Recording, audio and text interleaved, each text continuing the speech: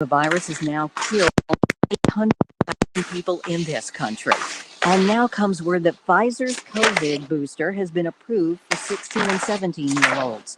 The AP's Ben Thomas has this. The Food and Drug Administration has cleared a third dose of vaccine as young as 16 in 6 months since their last shot. However, after that decision, the Centers for Disease Control and Prevention lifted the last barrier, saying those teens should get their booster as soon as it's time. It's not yet clear if younger teens will need one.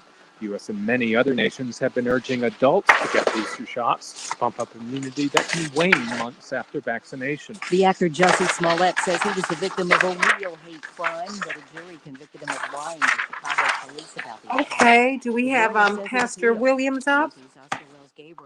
I just tried dialing her and it hung up on me. Oh, okay, just keep trying her, okay? Thanks so much. Jussie Smollett's sentencing will come after that. The disorderly conduct charges of lying to investigators are class 4 felonies that could give Smollett a max of up to 3 years in prison. Most experts say he'll likely get probation, though it's possible that if the judge believes Smollett lied on the stand, he could make that sentence even tougher. In southern Mexico, a truck carrying hundreds of migrants crashed into a bridge, killing at least 53 people. President Biden delivers closing remarks today in the first ever White House Summit for Democracy. Yesterday, he told world leaders democracy is backsliding around the world. The president's expected to speak this morning at Bob Dole's funeral. He and Dole became friends during their years in the Senate. This is AP News. Overseas to Britain now, and the AP's Charles de Ledesma. A British appellate court has opened the door for WikiLeaks' Julian Assange to be extradited to the US. The court decision overturns a lower court ruling that found Assange's mental health was too fragile to withstand the American criminal justice system. The US had appealed the ruling, challenging the... Hey everybody, how you doing this morning? Hope that you're getting ready for a wonderful... serious and enduring mental illness. U.S. prosecutors have indicted Assange on holiday season. Can you believe Christmas is almost here? One charge of computer misuse. The new ruling is likely to be appealed. Charles de Ledesma, London. Listen to this. Experts have analyzed dinosaur tracks in Spain from 100. So there's that. It's good to be here this morning. Jussie Smollett found guilty on 5 out of 6 counts. You know we got to talk about that today. They're going to appeal, and I think that they should. This is 8:20 a.m. Right? WCPT Willow Springs. And going to go over a lot of the inconsistencies. One of the things that concerns me, and I'm concerned about the case, not just because I know Jussie personally. That's Pastor not Williams is on the line. Thank you so much. Most of the people who my parents have been involved with, who our family, as my brothers and I have grown up, most of the people we've helped, we've never known. I didn't know him before, really much before this. I met him when he was on Empire, because as a commentator at Fox, I also was beginning to move into some entertainment work. And so that's how I met him. This is not personal. This is about institutions. When they can take cameras out of a courtroom, and when you can be investigated by police officers who have questionable records in which they have hurt civilians. When someone points out in the courtroom that a member of the prosecution team tried to make them change their story, when the brothers who were accused of beating Jussie Smollett, when they're held in custody for 48 hours, because after 48 hours they would have been charged. In the 47th hour, they changed their stories and charged Jussie with these malfeasances. You got to ask questions, because it could be you. Pastor Tisha Williams, how you doing, my dear sister? I missed you last week. I'm doing well. I missed you guys. Oh, doing great.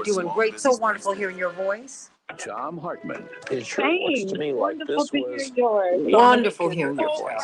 In New York. Okay, you know what, Paul, can you bring Tom Hartman down just a bit? Thank you. Pastor Williams, I appreciate it. Yes, ma'am. Appreciate you. Well? Oh, girl, God is always good, whether I'm feeling great or not. How about that? But I am doing well. Thank you. Oh, my goodness. Oh, I'm boy. so glad to hear it. I hope you're doing well. I'm 30. doing well. I'm like you. I have no complaints. What is the point? I How could about that? try, but right, exactly. I can give it a shot, but it's I'm going to keep it going.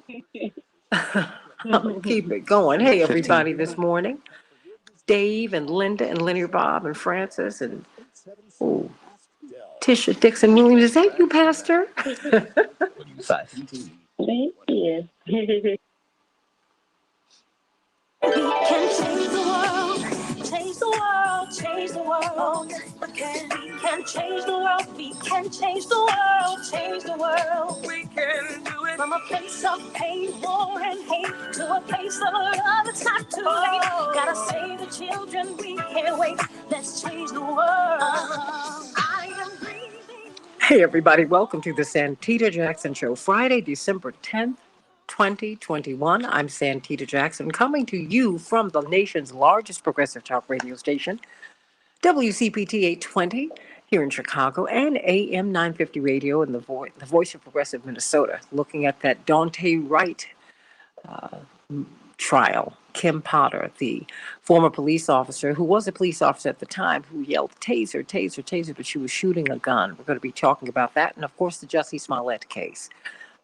We need to talk about these cases because you know what, there's some fine police officers out there, but when they misbehave or when we find corruption in the system, I think that we need to seek it out. And all of this money that was spent trying to send Jussie Smollett to jail when our police department here in Chicago are famous for not solving murders. Don't you think they should be doing that? I mean, we have become a center, an icon for the American murder rate all over the world. I mean, get that murder solved, the homicide rate, the solving rate, get it above 50% and keep it there and keep climbing. How about that? So I want to hear your thoughts. I want you to call me at 773-763-9278, 773-763-WCPT, 773-763-9278. I want to hear your thoughts about that. I want to hear your thoughts about just a heartbreaking testimony that we saw in the Dante Wright case yesterday. His girlfriend, his mother, oh my gosh. Oof. It was just a lot to see. There's a lot going on, everybody. And so I want to get your thoughts today. I want you just to let me know what's going on. Are you getting ready for Christmas? Let me know about that too. And of course, we're going to, have, I want you all to reach out to David Hochberg, because I want you to save your homes. 300,000 African Americans have moved from Chicago. That is a whole political base that has been shifted because we can't hold on to our homes. Well, he's trying to help you to keep your homes, and I'm going to talk about that in the next hour. But right now, I want to get to some of these headlines so we can hear from Pastor Tisha Dixon Williams. We missed her last week. We're so glad that she's back with us, coming out of New York today. Everybody in Chicago, it's going to be kind of warm today, 47 degrees. It will be rainy. But in Minneapolis, St. Paul, not so much, 30 degrees, and you will have snow. Yay! The Dow held steady yesterday. The NASDAQ closed down 269 points, and the S&P 500 closed down 33 points. In the NFL, there was a game last night, and the Vikings were triumphant over the Steelers, 36-28. And in the NBA, we're going to have some great basketball tonight. The Cavaliers will be visiting the Timberwolves, and tomorrow the Heat will be facing off against the Bulls. In the NHL, Chicago was triumphant over the Canadiens 2-0, and the Wild won over the Sharks 5-2. That's right. The weekly jobless rate has fallen to the lowest level in more than 52 years, everybody. It fell to 184,000 people. Weekly jobless claims tumbled last week, reaching a fresh 52-year low as the U.S. jobs market climbs out of its pandemic-era hole, according to the Labor Department. But inflation, now that's the problem. It is at a 40-year high. It's shocking Americans. We're paying more for everything. Maybe not gas right now, but everything. All of our food. Have you been to the grocery store lately? Think about that. Jobless claims down, but inflation is way, way up. How are you doing, everybody? I want you to call me at 773-763-9278. Let me know how you're doing with inflation. Doctors, nurses, and healthcare workers are once again reaching the point of exhaustion. Even National Guards are being deployed in states all around the country as COVID-19 infection rates climb back up nationwide. COVID-19 hospitalizations have increased 40% compared to a month ago. In some places, it's even worse, like Michigan. We'll be talking with Dr. Deborah Verholden about that, where hospitalizations jumped, guess this, everybody, wait for it, 88% in the past month. Healthcare workers there are noticing a disturbing trend. Younger and younger people are dying. Wow. Can't wait to hear from her and find out what is going on. Of course, in the headlines, Jussie Smollett found guilty on 5 of 6 counts. We're going to be breaking that case down in just a few minutes. It's just crazy. That is a headline from ABC News. Many U.S. cities are surpassing their annual homicide rates. In fact, 12 major U.S. cities hit all-time high homicide records. Chicago, the nation's third largest city, leads the nation with 739 homicides as of the end of November. Philadelphia, a city of roughly 1.5 million people, has had more homicides this year than the nation's two largest cities, New York and LA. It's terrible in every way, everybody. What do you think is driving these homicides? Call me at 773-763-9278. Well, New York City postal workers, they allegedly stole some credit cards from the mail, and they spent $750,000 on luxury goods. That's not nice. And what's going on with Julian Assange, everybody? The U.S. government's been trying to get him. Apparently, the U.S. government has won an appeal to extradite WikiLeaks founder Julian Assange from the U.K. What is going to happen there? The 50-year-old founder of WikiLeaks is one step closer to being extradited from Britain to the United States. Pastor Tisha Dixon Williams, we need some good news today. We have missed you, and I'm so glad that you're back. I have missed you all too. Thank you so much. Good morning, everyone. Good Happy morning. to be here again with you all this morning. You know, I'm listening to all of the news and some of the people, if you're thinking of Jussie Smollett and everything happened, I bet, Santita, a lot of those people have a lot of regret. And that's what I want to talk about today. We're continuing in this series of unpacking our emotional baggage. I want to talk about unpacking regret this morning. An Australian nurse her name was Bonnie Ware. She had spent several years working in palliative care, caring for patients during the last 12 weeks of their lives. And she would walk through patients in their final stages, and she found out something very interesting, that there were very specific wishes or thoughts that people had upon death. In other words, their regrets. And there were at least 5 main regrets that never changed. The first regret of people dying was, I wish I'd had the courage to live a life true to myself, not the life others expected of me. The second was, I wish I hadn't worked so hard. That was predominantly among men. I wish I'd had the courage to express my feelings. I wish I'd stayed in touch with my friends. Everyone misses their friends when they're dying. And lastly, I wish I'd let myself be happier. But here's what's interesting. I found that we don't need to be on our deathbeds to experience regret. For example, I regret my 4th grade bangs. I really do. Someone else may regret not standing up to their 4th grade bully. Many regret not being a better parent, while others regret not being a better child to their parent. Some of us regret not shooting our shot with the one that got away, and some of us regret right now not getting away when we had the chance. What am I saying today? I'm saying that we need not be dying to be dying from regret. Regret is a negative emotion that involves blaming ourselves for a bad outcome or feeling a sense of loss or sorrow at what might have been, or wishing we could undo a previous choice that we made. But you'd be surprised to know this morning that even God had regrets. I searched the Bible and I found that God regretted a major action that he took.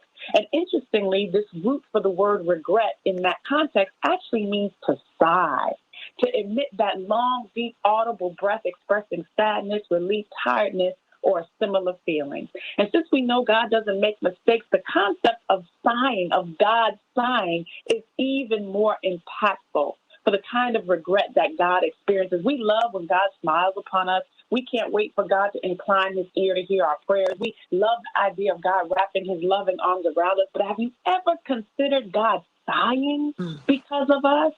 Genesis tells us that the wickedness on the earth, because of that, God sighed because he regretted making man. God felt like he didn't feel like he made a mistake, but his heart was so heavy and sorrowful as he witnessed the direction we were going. God sighed. But here we get a glimpse into God's character that shows us even though God already knows what we're going to do, it still grieves God when we make the wrong choice. I feel a sprint spirit this morning, so this is what it sounds like when God sighs. But that's encouraging, because if God can experience regret, truly we're not exempt. I want to give you one main thing on how we live a regret-free life as much as possible. I want to say this: avoid settling. Maybe you wanted to be a doctor, but you said, I'll be a nurse instead. Or maybe you wanted to go live in Europe, but you settled on Miami. Settling creates a gnawing feeling that you can never completely shake. You feel incomplete. But I want you today to have faith in yourself and stick to your guns about the things that matter most to you. Science would call this the principle of sediment, when all of the things settle to the bottom of water. I'm reminded of Paul's words to Timothy. He said, stir up the gift.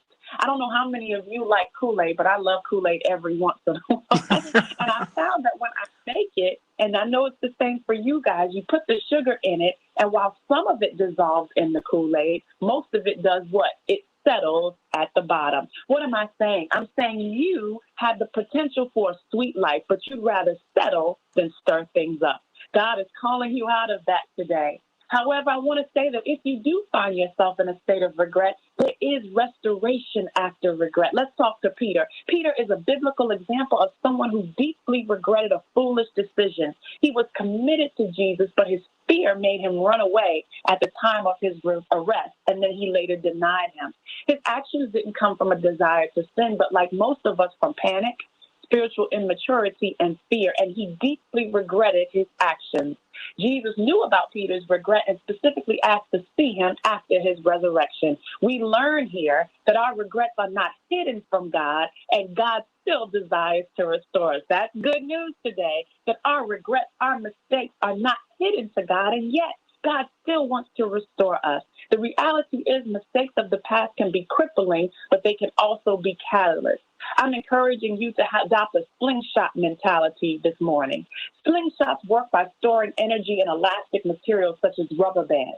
And that stored energy is called potential energy. The farther the rubber bands are stretched, the more potential energy is stored. The slingshot is designed as such so that you're able to pull back on the projectile as far as you can and as hard as you can before releasing it. Help us, Pastor. You today are filled with potential energy. However, oftentimes our regrets prevent us from using it. But regrets ought to be used like the stone in a slingshot. We only look back long enough to access the potential energy that will allow us to fly. God wants you to soar, not remain stagnant. God wants you to not to be burdened by your blunders, set back by your slip-ups, or grounded by your gas. How do I know? Isaiah tells us that he says, come, let's talk this thing over. No matter how deep the stain of your sins, I can take it out and make you as clean as freshly fallen snow. Simply put, God does not rub our regrets in. God rubs our regrets out. I want you to let you know today that it's more important than where you've been is where you're going. You know I love to travel, Santita, and if you've ever taken a trip out of the country, you've noticed that the time changes as you travel across different borders and countries. In one moment, you've gone from leaving at 5 p.m. for a 12-hour flight and then arrive at your destination at 5 p.m. in their local time. The hour has remained the same, but you're jet lagged because an entire day has passed for you. In a similar way, God exists outside of time and can maneuver within our lives in a moment that is right on time. So don't look back with regret about the time you lost or the opportunity you missed, for in due season, in due time, God will maneuver in between time. He will bless, will perform, will heal, will restore, will show up, will provide, will defend, will reveal, will bring forth, will vindicate, will reverse in a moment that is right on time. So don't worry about your regrets. Look forward to a bright future. And that's the good news. Amen. Amen. Amen. You got people shouting this morning. Meddy and Joyce and Daryl. Oh, amen. Amen. And Shirley from beautiful Philadelphia. Missed you, girlie. On and on and on. Thank you for that. Thank you for that. You know, because you can live in your regrets. I know I have. Same. And, you know, and that is something that my father in particular would be like, honey, falling down is not the problem. It's not getting up. You gotta get up because everybody's dealing with something. Everybody, and maybe you're supposed to learn something. Just maybe you don't go from A to B. Maybe you go to A to Z, and then you got to come back because you're gonna have to hit every step. Okay, there are no shortcuts in life, really. That's right. None. For sure. I thank you for that. I thank you for that. How can we get your book? I See You, Sis. Sure. The book is available on Amazon right now. I See You, Sis, Inspirations from Heroic Women of the Bible Hidden in Plain Sight. It is a great holiday gift, so please feel free. I See You, Sis, Inspirations from Heroic Women of the Bible Hidden in Plain Sight is available on Amazon. I love it. I love it. I love it. We have to come together and do a special show for the Christmas holiday, for this holy season, and for all of our brothers and sisters, whatever your religious commitment. And if you don't have a religious commitment, I can deal with that too. I want you to walk away from this show every day feeling lifted, feeling better. Really, really, really, really. We all come at this thing called life from a whole lot of different directions for a whole lot of reasons. And I appreciate that. But I appreciate you, Pastor Tisha Dixon Williams. Boy, oh boy, your congregation is blessed by you. I can't wait to come out to the Hamptons and see you at the First Baptist Church in Bridgehampton. I can't wait to have you in the Hamptons. We're going to have such a good time. Girl, me either. I can't wait either. How about that? Stay right there. We're talking with Dr. Deborah Fur Holden, of course, epidemiologist, Associate Dean of Public Health. She's constructing the School of Public Health at Michigan State University School of Medicine. And she's going to be with us this morning for quite a while because, in fact, she stayed with us for the whole show yesterday, Pastor Tisha Dixon Williams, because there was just so much that she wanted to talk about and listen to because we've been digging in on this Jussie Smollett case, giving people a lot of information that they just did not have about the case, which changed their minds about the case. But, in the meantime, we still have coronavirus news. We do. And I want to ask you about that. I mean, we're seeing a surge in COVID, Dr. Deborah Fur Holden. And then I was reading this article from The Atlantic. From MSN, It said the pandemic of the vaccinated is here. The writer writes, the 60% of Americans who are fully vaccinated could soon find their lives looking very different. For much of the summer and fall, those who had received 2 Pfizer or Moderna doses or 1 Johnson & Johnson shot were told that they were essentially bulletproof, especially if they were young and healthy. But preliminary data from South Africa and Europe now suggests that 2 vaccine doses alone still might allow for frequent breakthrough infections and rapid spread of the disease, even if hospitalization and death remain unlikely. Getting 3 or shots or 2, plus a previous bout of COVID seems to offer more protection.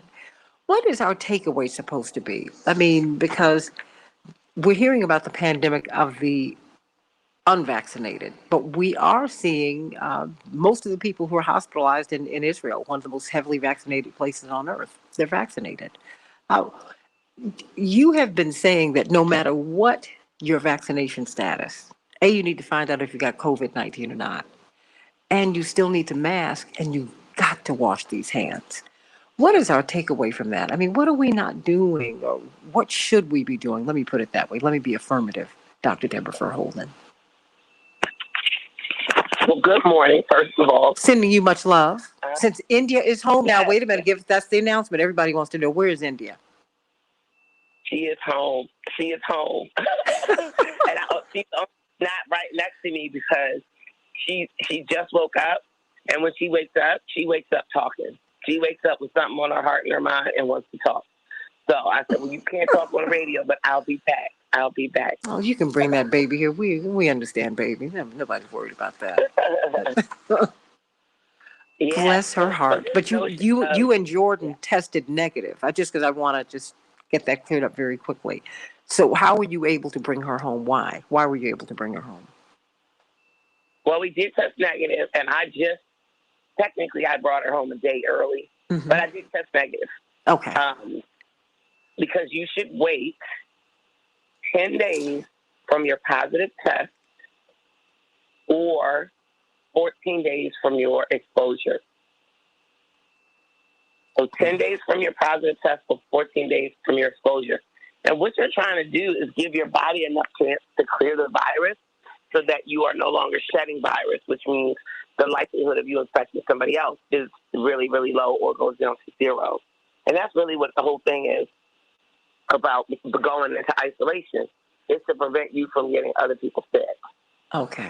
And so that's sort of the standard right now. But here's something that's interesting. We have to keep monitoring this disease, because the thing I even noticed about my own case is my symptoms look very different than I thought.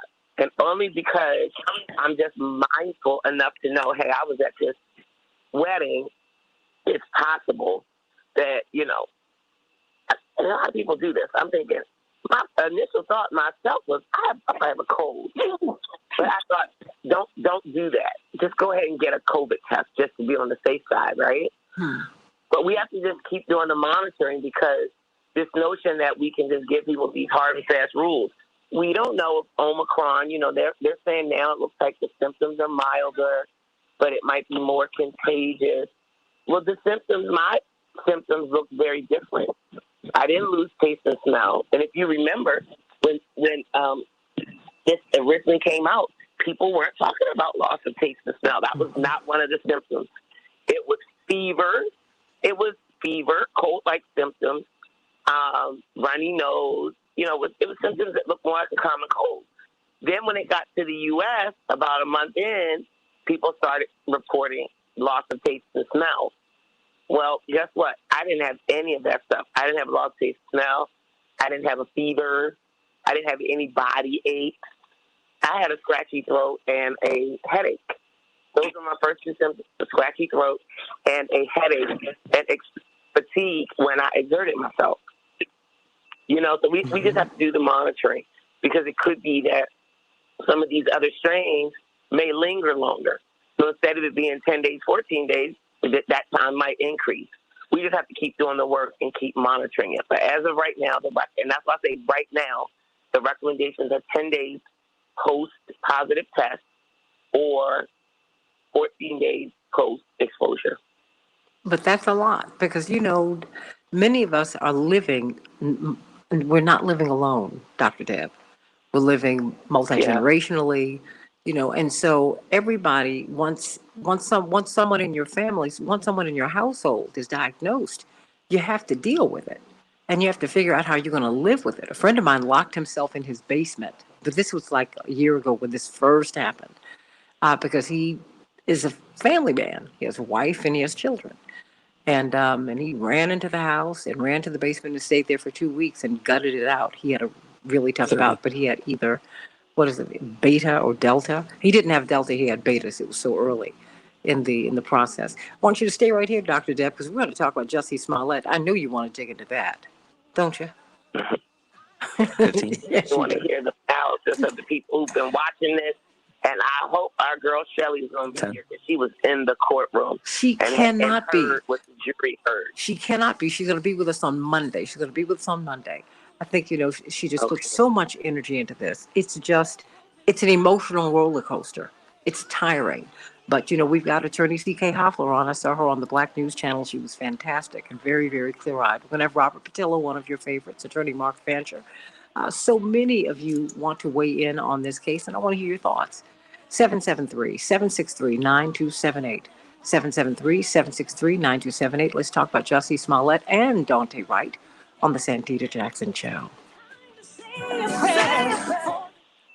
Joan Esposito, Thank live, you, local, and Dr. progressive on Deb. WCPT Willow I Springs. did, it just Powered by came to me to ComEd. ask Lower you your about energy that, bills and reduce your carbon footprint with the ComEd because Energy Efficiency most of Program. us don't know, Who doesn't love pets? how to This do is Joan this. Esposito, and here at Someone is WCPT, diagnosed, we what do really, you do? really love pets. So much so that we're spotlighting an We were adoptable, feeling that way adorable when our dog or parents cat came home. every month. Our friends from local Like, how do we rescue do agencies this will be with COVID? featuring a How furry do we celebrity on the WCPT820.com keep them?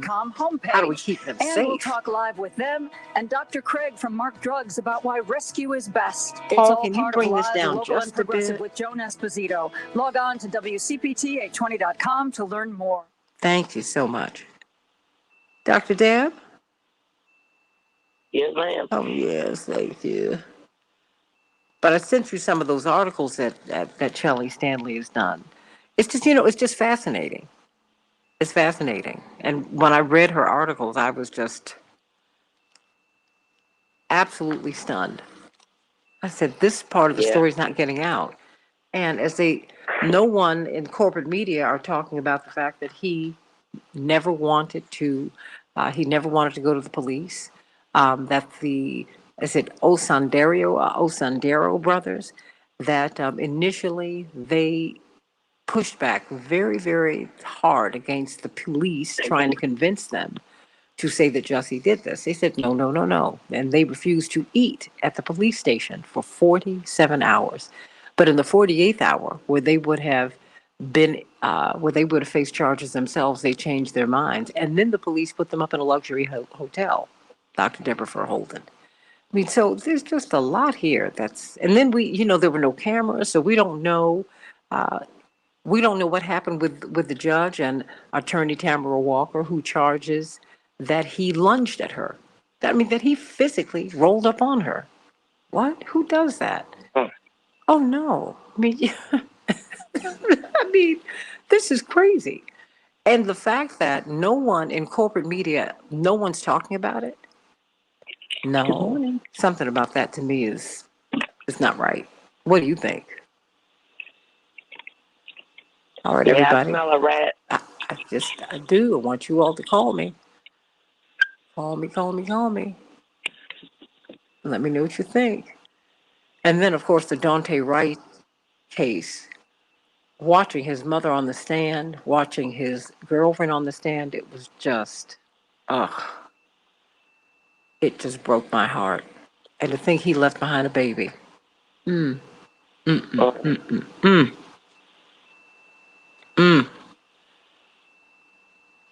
Hey. So, from London, hey, my father's on his way over there. Yes, Deborah, he will be in London tomorrow evening. Good morning from London. Hey, sweetie.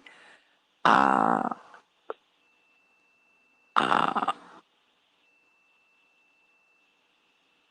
I wish you could call in. Well, you know what, Ariane, I want you to understand this, because this was not. I don't think this was a scam. I really, really, my friend, I really don't think this is what happened. This was something that he is someone who's been very politically active. And it turns out at the time, President Trump zeroed in on him because Jussie Smollett was zeroing in on him. Did you know that Jussie participated in the effort to save Bennett College, Dr. Deb? He's done a lot. He's done a lot of things 15 seconds. like that. And who do we have? Do we have attorneys Patillo and Hoffler? Paul? 5 seconds. Who do we I have? thought I heard CK. Okay, thank you. We can change the world, change the world, change the world. We can change the world, we can change the world, change the world. This is the Santita Jackson Show. War and hate to a place of love, it's not too late. Gotta save the children, we can't wait. Let's change the world. Hey, everybody. Welcome to the Santita Jackson Show. I want you to call me at 773-763-9278, 773-763-9278. I want to hear your thoughts about the Jussie Smollett verdict, and I want to hear your thoughts about the Daunte Wright case. We're going to get to the Daunte Wright case first. This young 20-year-old. We've been watching the testimony. It's been riveting as we watched his mother testify. Can you imagine? His girlfriend, who was in the car with him when he was killed, and they did not administer help to him for 10 minutes. For 10 minutes. Can you imagine her shock? She was stunned, and she nervously called his mother. Not nervously, she was fearful. And she showed the mother her son, who was dying, if not already dead. He was shot through the heart. She didn't mean any harm. She's a child. She's scared. She wants to, what should we do? What do we do? This is what happens, at 18, 19, 20, 21, you think you're grown, and then you get into trouble and you start calling your parents, as Daunte did. There's a lot into that. There's a lot about that case that we're beginning to find out. And of course, Kim Potter, who was a Minneapolis police officer at the time, yelled taser, taser, taser. And everyone's trying to figure out how it is that she mistook her a gun for a taser. Different weights, all of that. I mean, even I know that. So call me at 773-763-9278 and then let us talk about it. And I'm taking your calls about Jussie Smollett, too, because there's a lot there. But Attorney C.K. Hoffler, of course, we got Dr. Deborah Verholden staying with us because she wants to weave in and out of this conversation, and I'm glad to have her do it because I think that all of us have an opinion about what we have seen and what we're seeing. But first, let's just take a quick look. I'll have a more extensive look next week at the Daunte Wright trial. I mean, watching those testimonies yesterday were just heartbreaking. Looking at, because these are children. Daunte Wright was a child. He was 20. You see his girlfriend, and she was very honest. She said, well, I wasn't quite his girlfriend yet. I didn't have a commitment, but we were trying to move in that direction. God bless her. And to think that he had not had help, that no one thought to administer help for him. He was surrounded by police for 10 minutes. For 10 minutes. What is going on? What is going on with that case? What are we finding out? Good morning, Santita, and to all the panel and the listeners. Santita, this country is really spellbound and watching some of these cases. And in the Kim Potter case, that's surrounding the murder of Daunte Wright, Kim Potter, as you all know, was a police officer that shot and killed Daunte Wright. This happened at the time that the murder of George Floyd, the Derek Chauvin case, was ongoing. And so it's just so ironic. At the time, they were talking about severe police misconduct, that Daunte Wright, a 20-year-old African-American boy, would be stopped. I should say young man, but would be stopped by the police because of the air freshener that was hanging from his window, and also because he had expired plates. So minor infractions, misdemeanors at best, and he had some trouble with the law, minor trouble with the law. So he was stopped, and he kept on asking why he was stopped. We saw video representation, the presentation of this, but essentially the Kim Potter, the police officer, the senior officer on duty, said, I'm going to tase you, and then took out her gun and shot and killed him. So this case is surrounding whether or not she violated her duty, she deviated from the standards, her training, her experience, by shooting and killing Daunte Wright. And the prosecution says absolutely she did. She's been charged with first-degree manslaughter and second-degree manslaughter. What's the difference between her charges and the murder charges, for instance, that we saw in the Greg, Travis Michael, and William Bryan case? Well, the difference is intent. In this case, they don't have to prove that she intended to kill him because she didn't intend to kill him. She may have been exceptionally reckless. She may have been negligent, but there's not going to be evidence that she intended to kill Daunte Wright at that moment. So the intent, and it's because it would be very difficult for them to prove that. But can they prove reckless disregard, recklessness?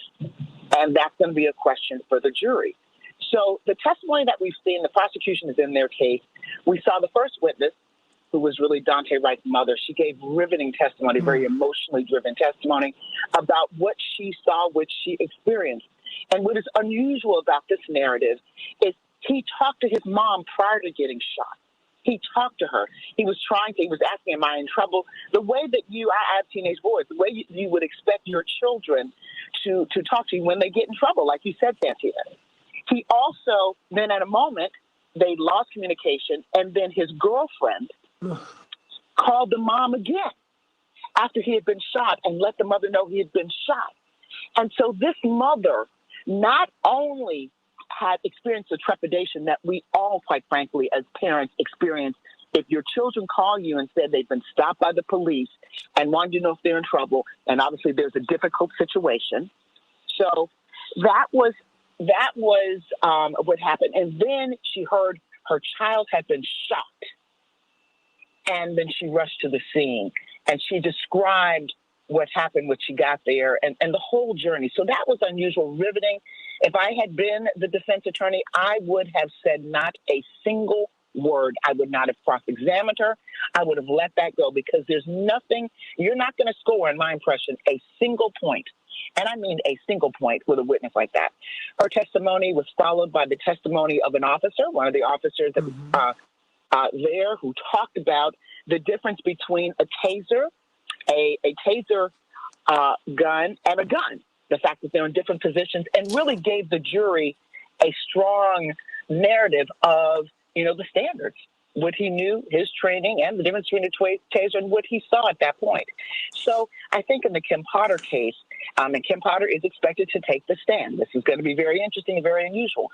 She's going to count on her 26-year history as a police officer, and she's going to say she simply made a mistake. And the video footage of her crying and falling out and all that after she shot and killed Dante. And the police comforting her. And the police comforting her and not administering aid to him. Right? Right. Is going to be showed to the jury, has been showed to the jury, as well as a lot of the other footage. So that's in essence what's going to happen. It's underway. I think that it's a tough case in many respects, but I do believe if the jury hears the evidence, if the jury understands that this police officer who was trained, who was actually on the site training another officer at the time, should be held accountable and responsible for her actions. And at a minimum, she was reckless. They're not saying she intended to kill him per se, but the recklessness, we have to hold our law enforcement to a higher standard when they've got these deadly weapons that can kill people. And in this case, that's exactly what happened. Just one more question here in this case, and then we'll move on to Jussie Smollett. How did his girlfriend, this young lady in the car, who was a teenager at the time, how did she end up with a broken jaw? I mean, my Ariane from London is saying, remember, she got a broken jaw. Please help.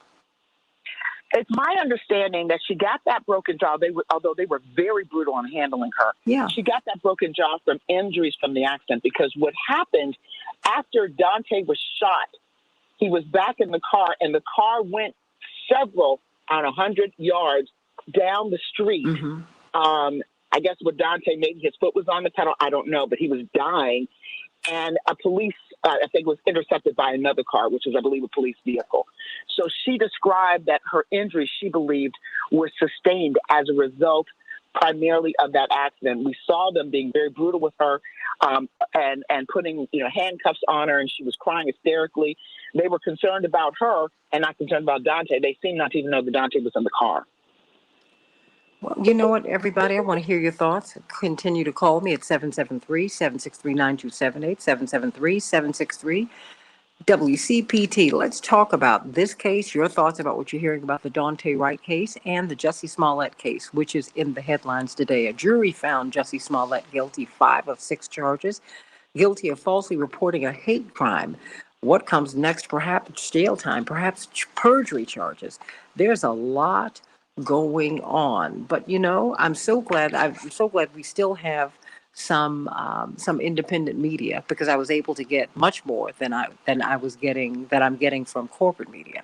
In corporate media, I'm not hearing that Jussie never wanted to report this crime. I'm not hearing that the brothers did not that they initially said Jussie had nothing to do with this, and that they were held in police custody for 48 hours. After 48 hours, they would have been charged.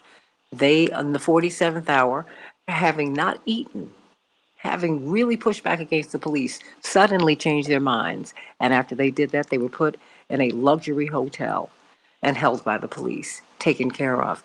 Just keep on going with this about a witness who pointed out a gentleman on the prosecutorial team who tried to force him to change his testimony. CK, we're joined by, of course, Attorney Robert Patillo, Southeastern Regional Director for Rainbow Push, and both of you have radio shows on WAOK, the iconic talk radio station in Atlanta. Of course, Robert is on Sunday from 1 to 4 Eastern Standard Time. You are on at 11 o'clock Eastern Standard Time every Tuesday, and of course, legal Q&A with CK on the Santita Jackson Show every Wednesday. CK, give me your overview, and then, of course, Robert, I will move on to you. What were you surprised by the verdict? I can't say that I was surprised by the verdict because of the information that the jury got relative to this case. As we know, I was disappointed by the verdict, but I can't say that I was surprised. This case was not televised. We don't have firsthand knowledge of, because the people in the courtroom The media were not able to talk to the media. So we have very limited information other than those wonderful soldiers that were in the courtroom and then did share what happened. But when you're not able to see and hear what's going to the jury, you feel like you're handicapped. But as I understand it, the judge precluded a lot of evidence that could have been helpful for Jussie Smollett going to the jury. And I think Jussie Smollett's testimony may not have cleared up what people may have perceived as inconsistencies. But having said that, I think that there were a lot of aberrations and bizarre things that happened in this case that gave me concern. One, the judicial temperament or demeanor. A judge will rule his or her courtroom. There's nothing impermissible about that. But I do believe that there was an allegation by one of the lead defense lawyers that the judge actually lunged at her. So there was evidently hostility in the courtroom as it related to Jussie Smollett's counsel. And that's very unusual. There were also other dynamics relative to the case, even though there was a lot of alleged evidence against the Chicago Police Department that could have pointed to their misgivings, their missteps, their cover-up, their misrepresentations, their abuse of power. That information was not permitted to get to the jury because the judge, as I'm told, again, I don't have firsthand knowledge of this, was told or took the decision that this was not a case about the Chicago Police Department. It was a case about Jussie Smollett. And that was the focus of the trial. So I wasn't surprised by the verdict. I believe that maybe not all of the evidence that could have been germane to the case was presented. It boiled down to, who did the jurors believe? Did they believe Jussie Smollett, or did they believe the two brothers that were allegedly to have attacked him, that they say Jussie paid them to attack him and that he planned this whole thing? And the jury, based on the evidence that was presented, believed those brothers and believed that Jussie planned all of this. He was convicted on 5 out of 6 counts. And I'm just someone who believes when the jury speaks, we've got to respect that. And so I respect the verdict. I may not agree or like the verdict, but I respect it because in our system, when a jury looks at the evidence, whether they're presented with some or little, they speak. That's why it's really, really important when you're fighting to look at the judges. Watch out who you're elected. Do they have bias? Do you feel they're biased? Are they conducting their courtroom in a way that is representative of representing the people in the community, taxpayers who pay their salary? Something else that gave me concern, and I'm a trial lawyer, so of course I'm going to be concerned about that. Typically in state court, the lawyers, you are entitled to ask questions. You're allowed to ask questions of the jury. The judge may also ask them questions. But as a plaintiff's lawyer, as a prosecutor, you ask questions, much like we saw in actually every case that's been televised in state court thus far. While the judge, again, may ask questions, the lawyers ask questions. Well, I'm told in this case, the judge is the one that asked the questions of the jury and basically conducted voir dire. The lawyers probably had a role in saying who should be stricken for cause and the like, but the judge asked the questions. Something that is critical when you bear the burden of proof, and if you're the prosecutor in a case, you bear the burden of proof. If you're a plaintiff's lawyer in a civil case, you bear the burden of proof. And for the defense side, you want to be able to ask this jury questions, how they feel about issues. And when you don't have that ability because you're not the one picking the jury, asking the questions and the like in state court, and I want to draw that distinction again, I believe it places you at a disadvantage. So that gave me concern. There were probably other evidentiary issues that came up that I feel persuaded that the defense objected to. But those were the concerns, Santita, that I saw. But the jury has spoken. So now Jussie Smollett's options are to appeal this very, very significant verdict. The jury just didn't speak. The jury spoke loudly and clearly across the board based on the evidence that was presented to them. He got convicted really on 5 out of 6 counts. Mm-hmm. The 6th count, I guess they felt that he did say, he was attacked. So whether he planned it or not, he, was attacked. So maybe they felt that he didn't need to be convicted on that. It was very unclear, quite frankly, why the jury ruled the way it did. I think it was inconsistent. Either they should have, convicted him all 6 counts or none, but that's their verdict, that's their message, and it's loud and clear. Call me at 773-763-9278, 773-763 WCPT. What are your thoughts about this? What are your thoughts? Let me go to you, Attorney Robert Patillo. What are your thoughts? I mean, we've had Shelley Stanley on with us all week. She's going to be back with us on Monday. investigative journalist. She shared with us all of the charges against the investigating police officers, more than 500. The city has spent more than $7 million making restitution to citizens that they have wronged. For example, you have a witness for the defense who pointed out a member of the prosecutorial team. He, like Moses Wright in the Emmett Till case, he pointed out and said, "Hey, no, you tried to make me change my testimony." Wow. What do you make of this verdict? What do you make of the trial that we could not see? Well, it's interesting to me what the power that the police department has when they're dedicated to investigating crime, finding charges, and having someone convicted. Let's think about the number of cold case murders and gang crimes that there are right there in the city of Chicago. The fact that the city felt so vindictive that they would take years and millions of dollars to track down the criminal mastermind Juicy Smollett and ensure that he is convicted, I think that it shows us just exactly the way that our police system works, and the fact that when they want to get an indictment, when they want to get an arrest, when they want to get a conviction, they can. And we need to keep this in mind when it comes to these officer-involved shootings and other vigilante justice cases. When it takes so long to get the person arrested, tried, and convicted, that we want to see the same energy that they put into investigating Jesse Smollett and that they put into investigating many of those other crimes. I think that one of the issues that the defense team has is I was never clear exactly to what the defense's strategy was. What exactly were they saying happened? Were they asserting in trial that yes, indeed, all these things that Justice said were true and accurate? Were they arguing that he believed them to be true and accurate, that he was a victim of being deceived as everyone else was? Was his defense simply that these things did happen and that the police department was trying to cover them up? They did a poor job articulating exactly what their theory of the case was. I think that cut across to the jury. If this was a case for most defense lawyers, I think most of us would have been trying to get a plea deal out of this very early on, pay some restitution to the city, make a public apology, do community service, avoid jail time, and hopefully avoid a felony conviction on our record. Once the brothers came forward and agreed to cooperate with police officers, you really, unless you had a type of evidence necessary to rebut their assertions, the case was all but dead in the water at that point from a defense perspective. I can't think of a theory that will negate two people saying with photo evidence and bank transfers and checks that you paid them in order to perpetrate this hoax.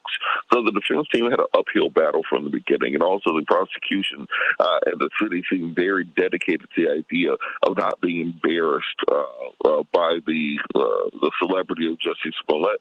And I do think that there's a bit of ego and narcissism that goes into the fact that he did not want to simply take a plea deal, admit guilt, and have those ramifications on his career. He's wanted to face the repercussions of that going forward, because it's going to be very hard to make movies and songs from behind prison bars. Maybe he'll come out with a memoir when he's finished.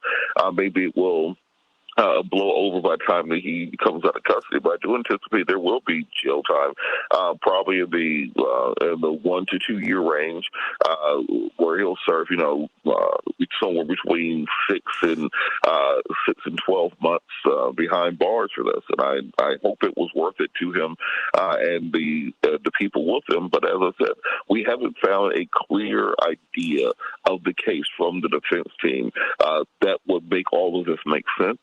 The witnesses that they presented did not do much in pushing it forward. Jesse Smollett on the stand, even though we did not get to see him, apparently his performance was not enough to sway the jury, despite being a professionally trained actor. So all the way around, I hope that there are lessons that we learned by the public from things like this.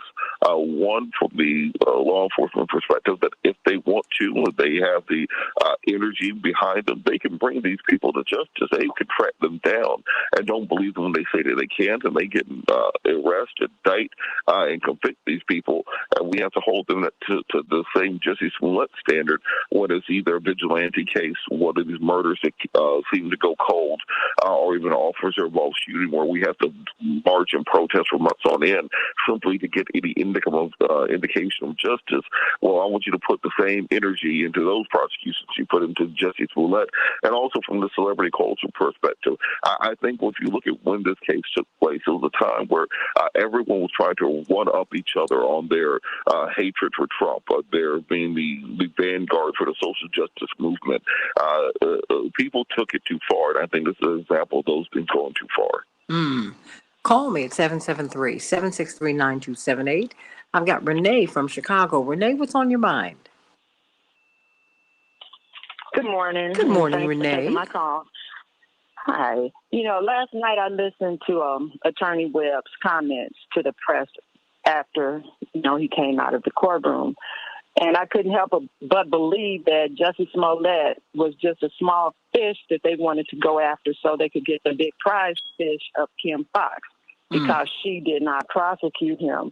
He acted like he was in fact, he was saying he was so outraged that Jussie Smollett didn't have a public hearing, a public trial.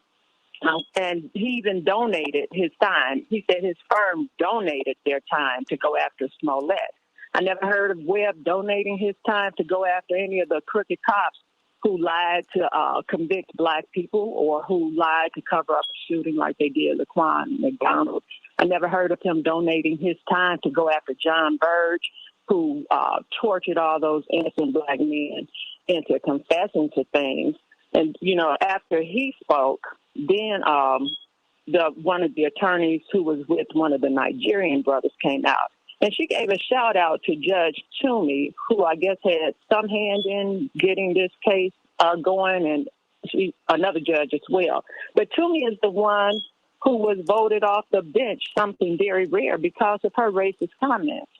So this trial, I'm not convinced that Jussie is guilty because if you cover up a lot of the evidence, you won't let it come forth, then the person can't really prove their innocence.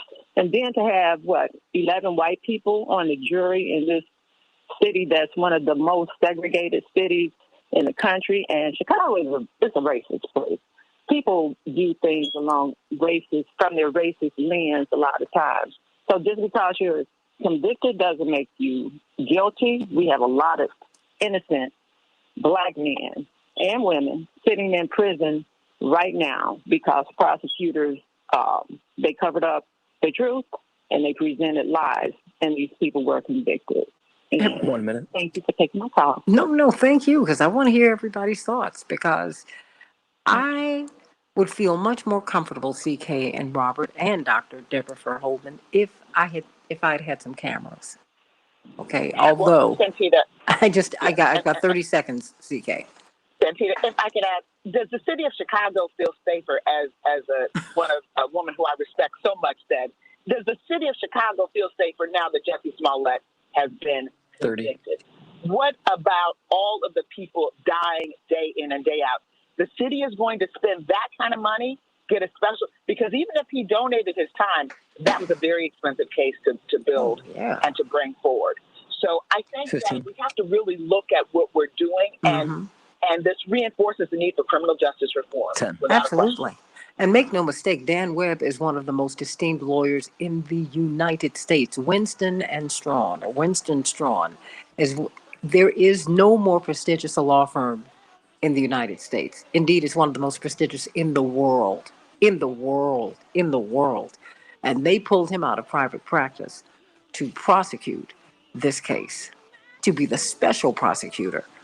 What was going on? And why are all of these people all over Jussie Smollett? I mean, it's unbelievable. What happened here? Whew. Back with more of the Santita Jackson Show in just a few minutes. Wow, CK. Wow, Robert. Wow, Deborah. I mean, these people pull the big guns on this guy.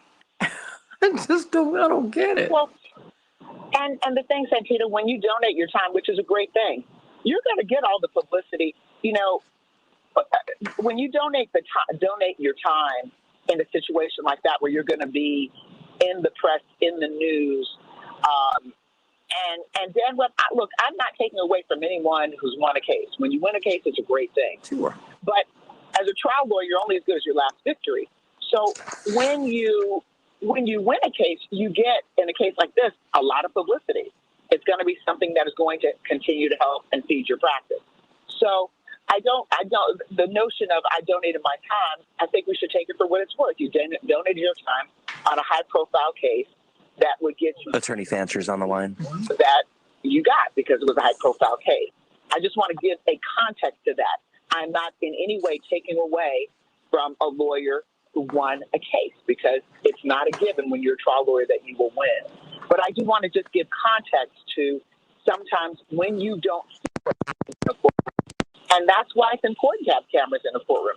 And then there's another thing that's my understanding again. I wish I could say with great confirmation, based on what I know, based on the record that I've seen, that the judge sent back evidence for the jury to consider without the jury asking for that evidence.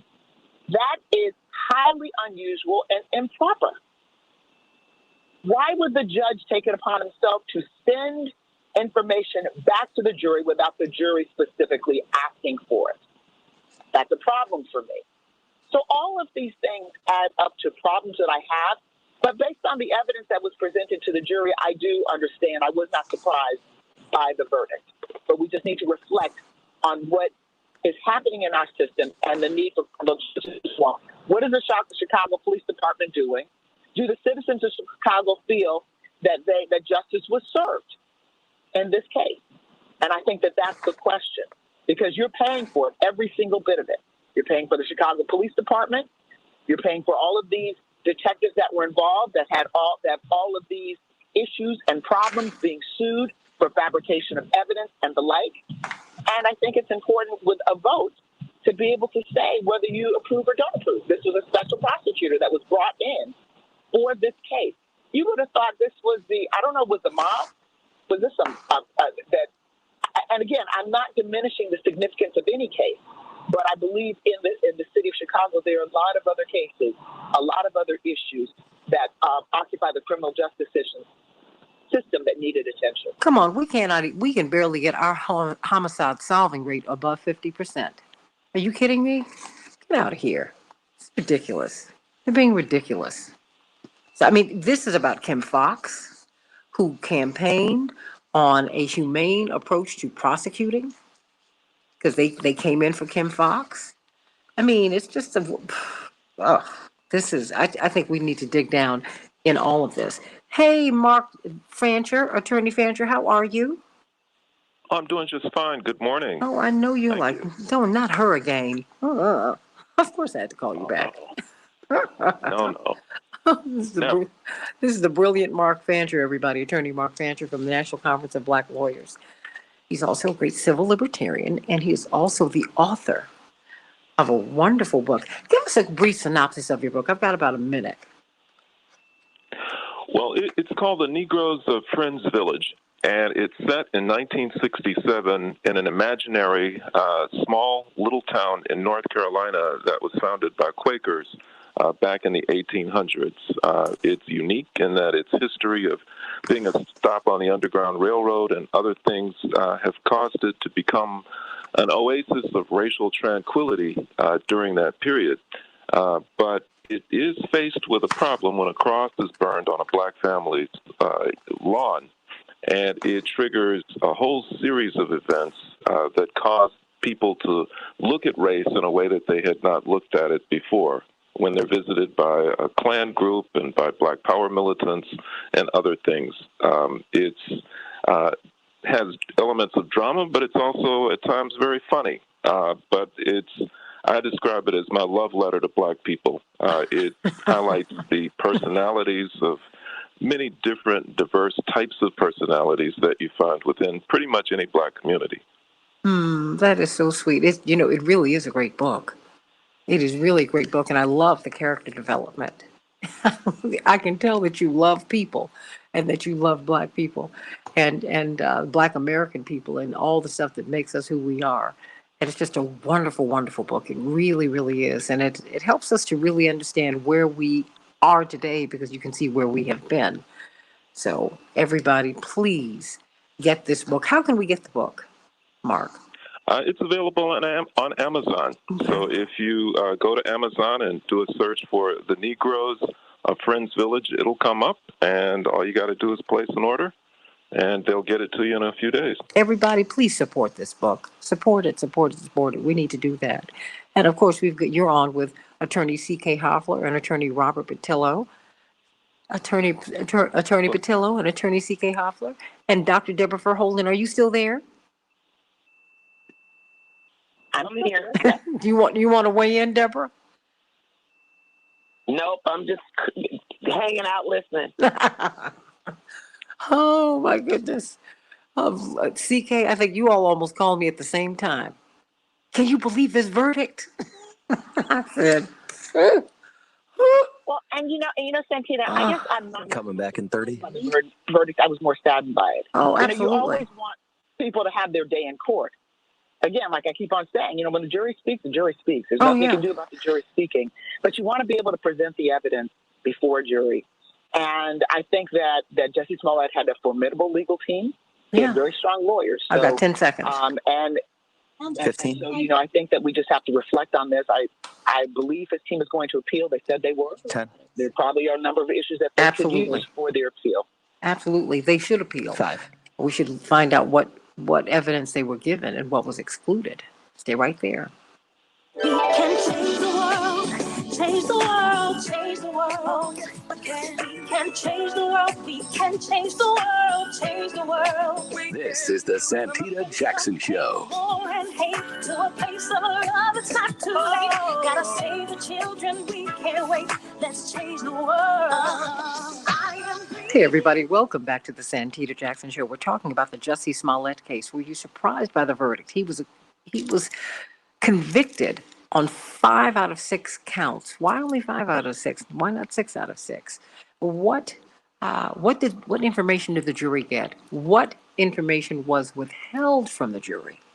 Like the records of the investigating officers, which are quite interesting, everybody. There's a lot that we want to unpack with Attorney C.K. Hoffler. Of course, she has her own show on WAOK every Tuesday at 11 o'clock Eastern Standard Time. Attorney Robert Patillo, who has his own show on WAOK as well, every Sunday from 1 to 4 Eastern Standard Time. Of course, she is the chair of Rainbow Push, immediate past president of the National Bar Association, the largest and oldest black bar association in the world, and Attorney Robert Patillo is the Southeastern Regional Director for Rainbow Push, based in Atlanta, and of course the brilliant author and civil libertarian, brilliant lawyer, Attorney Mark Fancher of the Negroes of Friends Village. I encourage you to get that book. Go to Amazon right now, everybody, and get it. You're going to love it.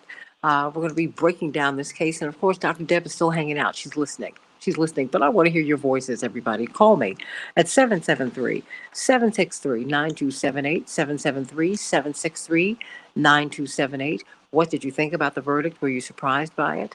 Were you disappointed? Were you happy about it? Yeah, I want to hear your voices too.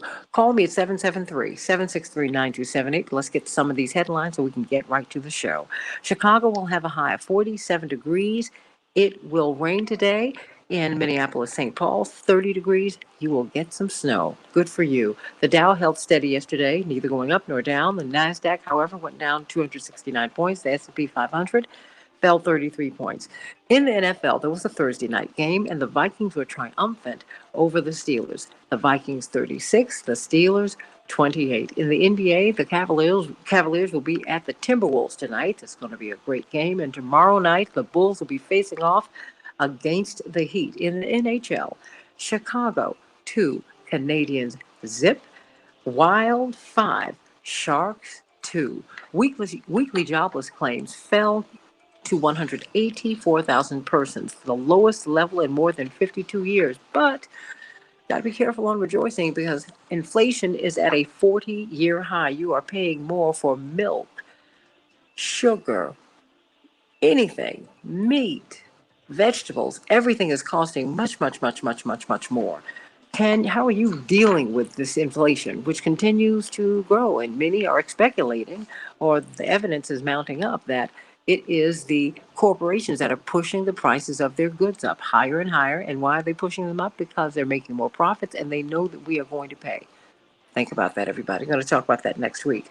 Doctors, nurses, and healthcare workers are once again reaching the point of exhaustion as COVID-19 infection rates climb back up.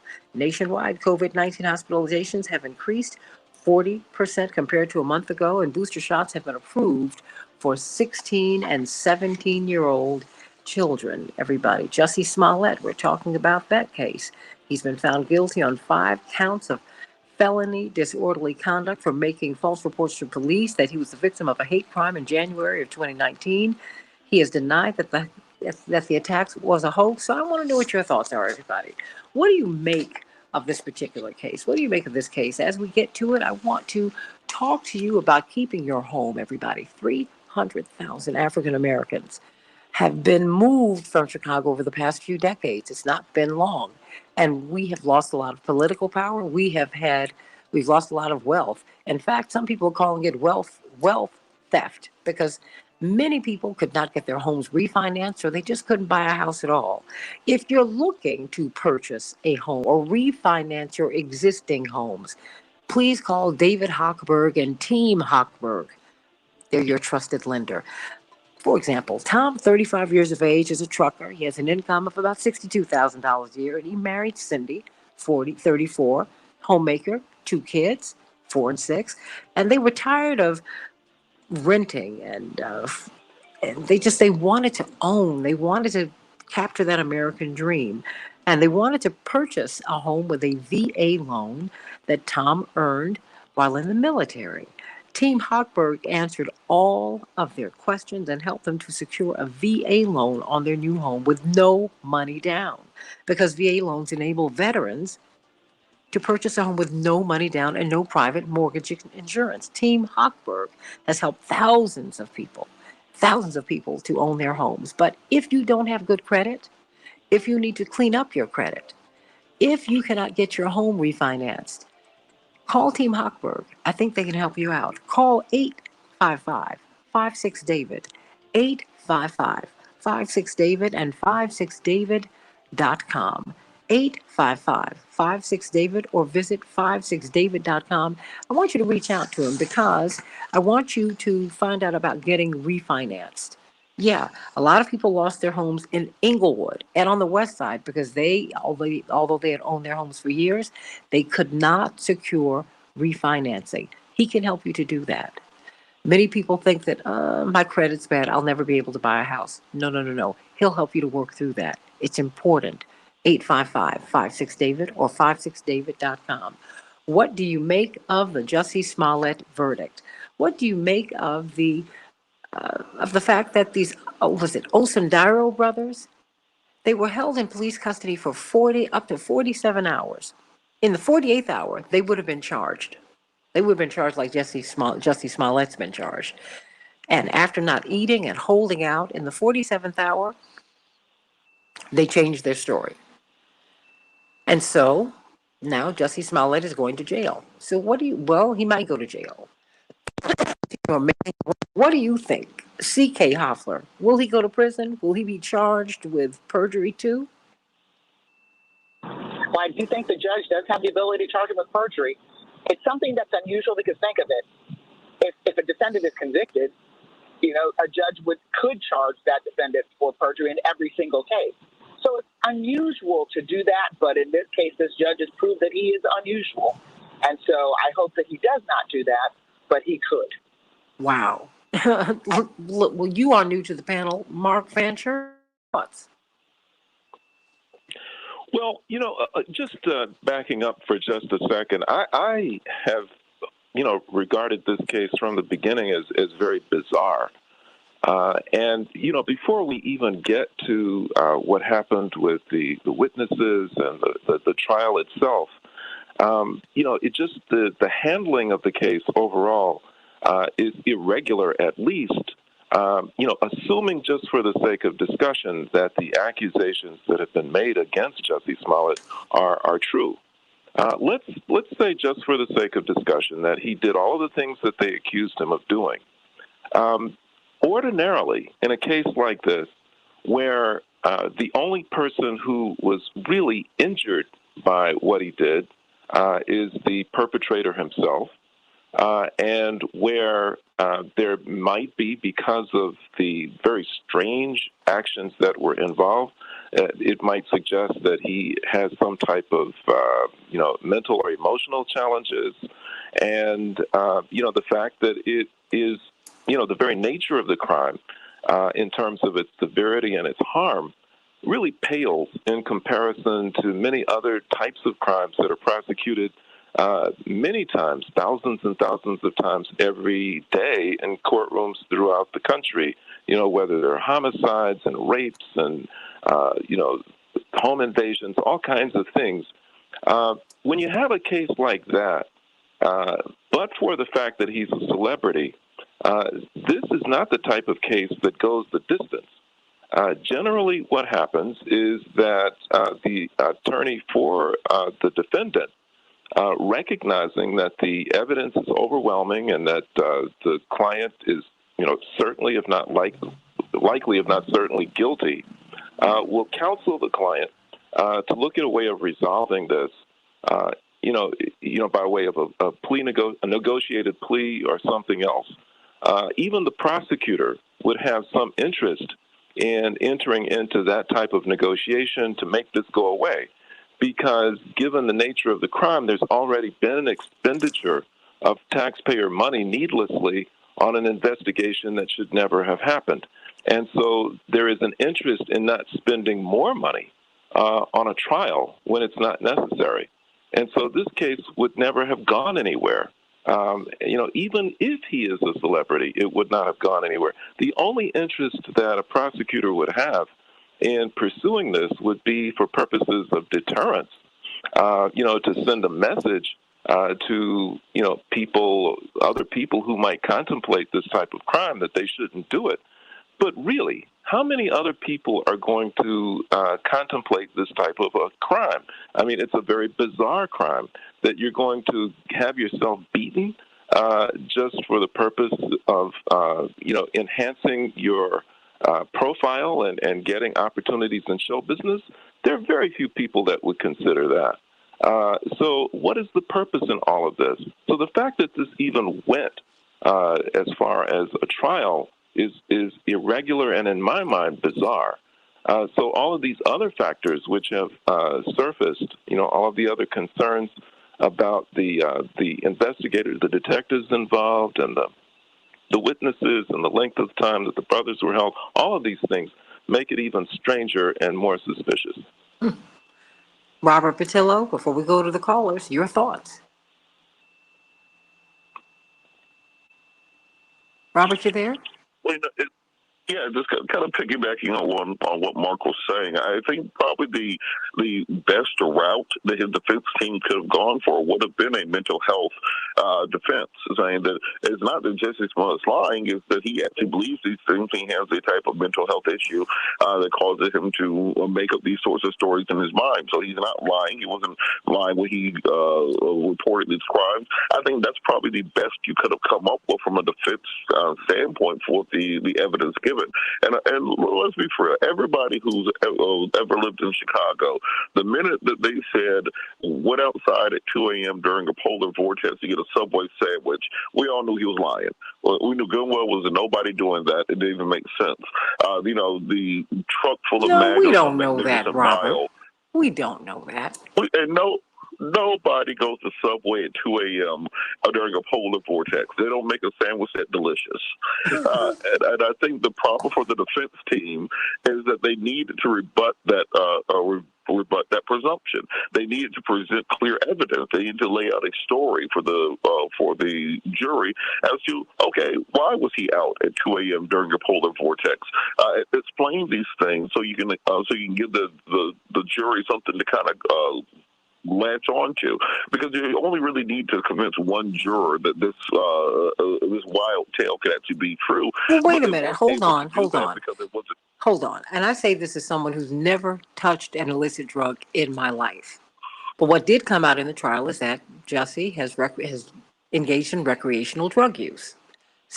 And people who smoke marijuana talk about getting the munchies. Maybe that's what he had. Maybe. This is true, and this is why they make Uber Eats and DoorDash and Grubhub, and clearly Jussie Smollett has the resources to pay a $5 delivery fee for it to come to your door. These are the things that I have to lay out for the jury for them to understand exactly the thought pattern that went into these actions if they wanted to get an acquittal. As Mark said, I have no idea why the defense team took this to trial unless they simply had a client who refused to take a plea deal, because it would have been very easy to have Justice pay back restitution to the city, make a public apology, volunteer his time He refused. to hate crimes organization, those sorts of things. Exactly. This is why I'm saying that it must have been the ego and the arrogance of the client, because that would be my immediate advice to him, that unless you have a great explanation for these things and you have some kind of proof and evidence going forward, or you want to claim a mental health issue caused this, or maybe you mentioned recreational drugs, or you high at the time and you made up this story in your mind, but you actually believed it. All those things will be better defenses than the actual defense they use, which is very unclear to this point exactly what they're claiming happened, other than that everyone's lying and everyone's against Jussie, and clearly that was not effective. And hopefully he'll come to his senses at some point going forward and may be able to mitigate these things prior to sentencing. Well, I have to push back against that, only because he had received a threat. He was someone who, unlike just probably the most high-profile politically member of that cast of the hottest show on television at the time, had just helped to save the life of Bennett College, for example. He had been doing so many things, bought out a theater in Flint for families who had been exposed to the water to lighten their load during the Flint water crisis, during the Christmas in that season. I see things very differently. I don't see this as a story that he necessarily made up. I do know that they have been going after. I know they've been going after Kim Foxx. I know politically she's been in the hot seat because she did not want to prosecute him, and he got a call from someone who used to work for the Obama administration. That happened, and they dropped the charges. This never had to go this far, ever. And I'm not going to put the onus on him. I'm going to put the onus on the city and on a system that has not wanted Kim Foxx to keep these Black and brown men and women out of jail. That is part of the deal. A lot of this to me is about getting her out of office, and that is a problem. All of these progressive prosecutors are catching hell in every city that they're in because they don't want to participate in populating the prison pipeline. It's shameful. It's just shameful. It's shameful. It is shameful. They need to get their story straight. Why don't you deal with all these corrupt police officers who are investigating this case? Why aren't we looking at them? Instead of looking at him, let's look at them. Because they're the ones who are making everybody on the ground catch hell. That's what they're doing. We need to deal with that. Deal with that. Let me bring up Andre. What's on your mind? Hey, good morning, Miss Santita. How you doing? I'm doing great. It's good. Wonderful hearing your voice. Yeah, thank you, Miss. You as well. First thing I want to say is thank you to Kim Foxx for trying to save the government tons of money in this Jussie Smollett case. Whether it's wrong or right, I think you did the right thing, darling. Your heart was in the right place. So that goes out to Miss Kim Foxx. What I want to say is that I don't have a dog in the fight, and if I do have a dog in the fight, the only one is the American people. Jussie Smollett, well, his maker would judge him in the end. Because all his sin comes short of the glory of God. I want to say that. And then I want to say nobody in the history that I know of has told a bigger and more costly lie than Donald Trump. Donald Trump has caused millions of dollars. He's caused the uproar. He's caused the Capitol to get tore. He's caused lives. That's a lie that's noteworthy that we need to keep talking about. I won't be sidetracked by Jussie Smollett, some little bitty lie that he told for whatever reason. And Lori Lightfoot and Ron Emanuel should be held responsible for causing this commotion, talking about he cost the police money. Let's get real. It's been over $2 billion, I believe, in lawsuits for the city of Chicago for these police that have lied on videotape and everything else. So for me, Jussie Smollett, he's smaller than a drop in the bucket. Let's deal with Trump and the big lie that he told and still tells. And I wish that the congressman would grow some balls and sue Donald Trump. The people of the United States versus Donald Trump. You cost money with your lie. That's what I want to say, Shanti. Mic drop on Andre. And you know what? I want to know. There's just so much that I want to know. So much information that's not been presented. So much information that the corporate media are going past. I have a problem with that. I really, really, really do. Old Chaparral has called in. What do you have to say, Chaparral? Listen, Santita, you know I love me some Robert Patillo, but baby, I have lived in the world of Jussie Smollett dealing with CPD. And I know how corrupt they are. I know the games that they play, and I know the things that we do. And every black person in Chicago knows exactly who CPD is. And even around the world, let's not forget what they did with Fred Hampton and planning a story about him shooting at them. And we know that countless times they have made black people actually confess to crimes that they did not commit. And that's what happened with the Osendero brothers. When they found all the drugs and the guns, they was like, listen, either you going to tell on Jesse or we going to take you down. This is not hard to believe. I want to know why in the hell if black people all of a sudden believing that CPD is telling the truth. When you have Eddie Johnson come out days after and basically put the whole case on national media, and Jesse could not even defend anything because they're saying, because white folks tend to believe the police. Well, I can tell you from a personal point, my son, Courtney Copeland, was shot, and he was handcuffed by the police. They labeled him as violent, combative, and a threat to others. When we got the videotape, my son was sitting here begging for his life to CPD.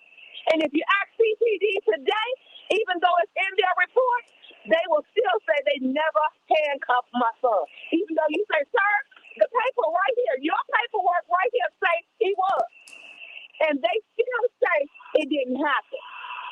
So we cannot sit up here and believe the lying CPD department and continue to sit up here and throw our own people under the bus.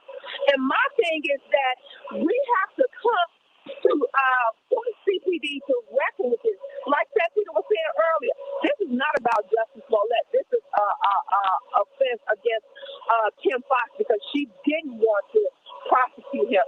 She wanted to go ahead and make it go away because it was not even worth going through all the financial cost of a trial.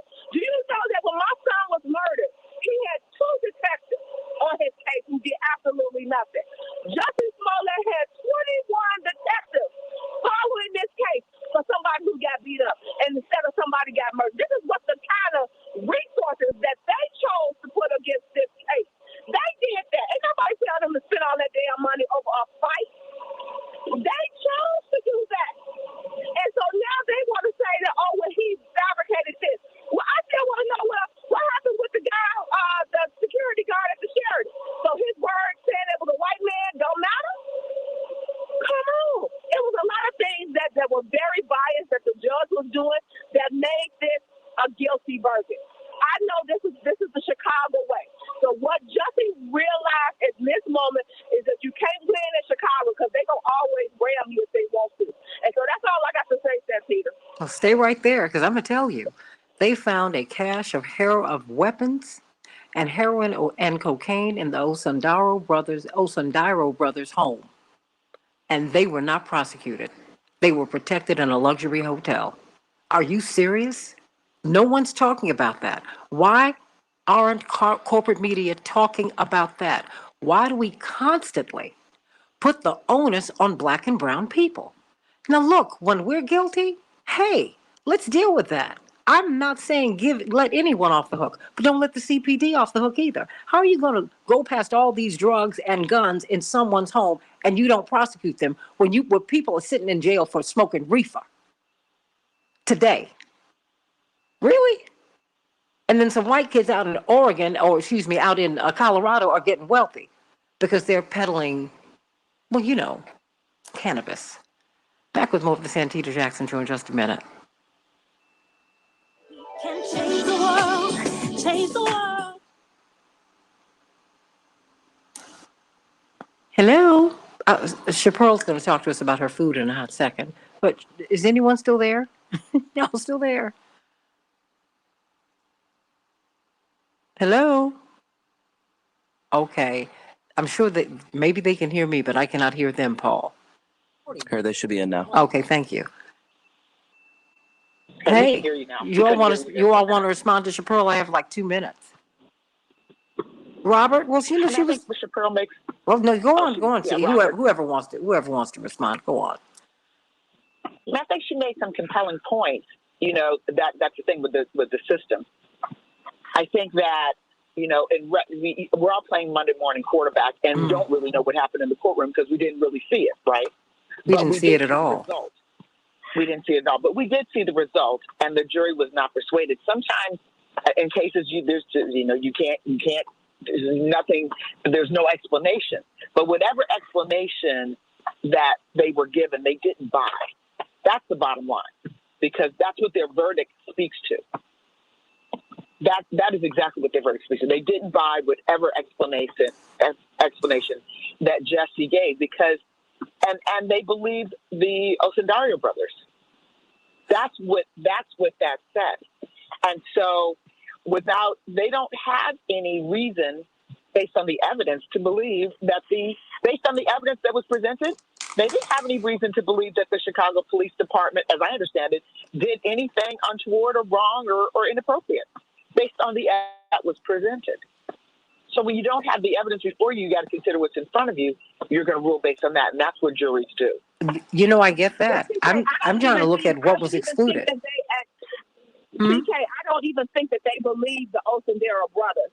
I believe they believe the Chicago Police Department, because when Eddie Johnson got up there and did that national press conference held on every news station in the world, laying out the case against Jussie, that is what they believe. And then you had the detectives come up there and repeat, and they were looking at the credibility because they were not given the evidence of the use of force cases against the detectives that were actually testifying in this case. They believe, and then the jury makeup was not. I think it was one black person on the whole jury. So, so it was not. Back in 1 minute. You know, it was not in his favor. Especially, you know, if you ever been in Cook County courthouse and system, it's the most racist form from every judge in that place is racist. 9 times out of 10, the black person is going to jail. Now, Chaparral, I need you to shift. Hold on, we're about to come up. I want you to talk about these vittles. Hold on. And I'll let you finish, because I really want to hear Robert's thinking. I mean, no shade. This is family here, because a lot of people have a lot of different feelings about this, and I respect that. I do, and I want to hear. I really do want to hear, because that's the only way we're going to really get through this. So stay right there. We're coming up. Coming back in 5 seconds. We can change the world, change the world, change the world. We can change the world, we can change the world, change the world. This is the Santita Jackson Show. War and hate to a place of love, it's not too late. Gotta save the children, we can't wait. Let's change the world. Hey, everybody, call me on the Santita Jackson Show, WCPT 820, the nation's largest progressive talk radio station, AM 950 Radio, the voice of progressive Minnesota, and, of course, on the Santita Jackson YouTube channel, the Santita Jackson Show. Get on over there, everybody, if you can, like and subscribe, and like and share on the Santita Jackson and Friends page. Everybody, like and share throughout the day. Like and share. Please like and share. We've been talking with Chaparral about this particular, the verdict in the Jussie Smollett case. A lot of people feel a lot of things, and you can hear that on the panel. And I love that, respect that, and I think we need to talk about that, because a lot of different people, everybody doesn't think he's innocent. I hear you. A lot of folks. I just think that there are a lot of moving parts here, and I think that we need to know what they are, or at least take a stab at trying to figure out what they are. But you know what? We're moving into the Christmas season. We are right here, and you have a week to get in your orders for celebrations by us. Chaparral, you've been talking about this on the other side. But what about celebrations by us? We need to get some great food for the holidays. Yes, Santita, and thank you so much for having me. Yes, we are still taking orders until December 17th, so give us a call at 708-526-4546. That's 708-526-4546. We're making your Christmas roast as well as also your smothered chicken, your smothered beef, as well as also your macaroni and cheese, greens, green beans, mostaccioli, Cajun pasta, as well as also our famous sweets, our banana pudding, peach cobbler, caramel cake, German chocolate cake, red velvet cake, and our Christmas cookies. So don't hesitate to give us a call at 708-526-4546. 708-526-4546. And thanks so much, Santita. Ooh. Well, stay right there, Chaparral, because I want you to engage Robert, because I think you all should engage before we go to any other callers.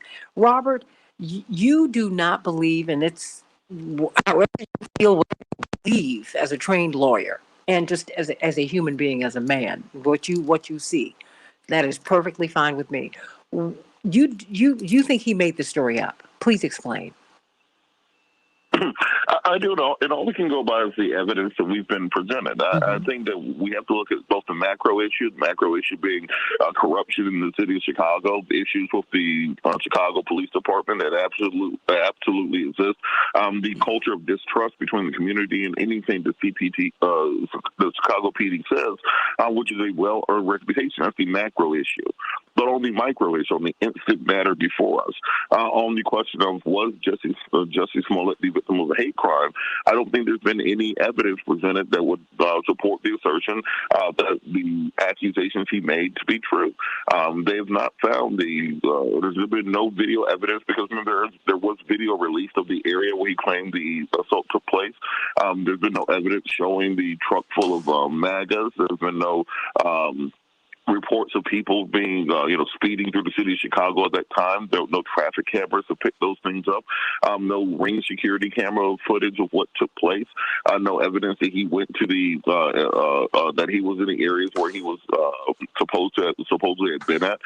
Also, you have the evidence of which was presented by the two Nigerian brothers in question, where we're talking about they do have a check written out by Jesse Smollett that they were in contact with him, that he had trained with him. Even Jesse Smollett's testimony at trial saying that he had been in some sort of sexual relationship with one of the brothers was I found odd, because it didn't really go towards explaining the accusations that were being made.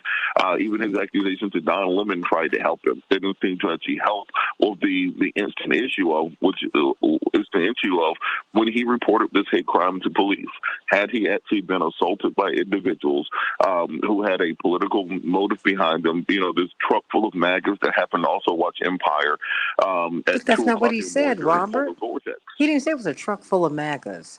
And they did have videotape evidence, but it appeared and then it disappeared. It appeared and then it disappeared. Mm-hmm. That did happen.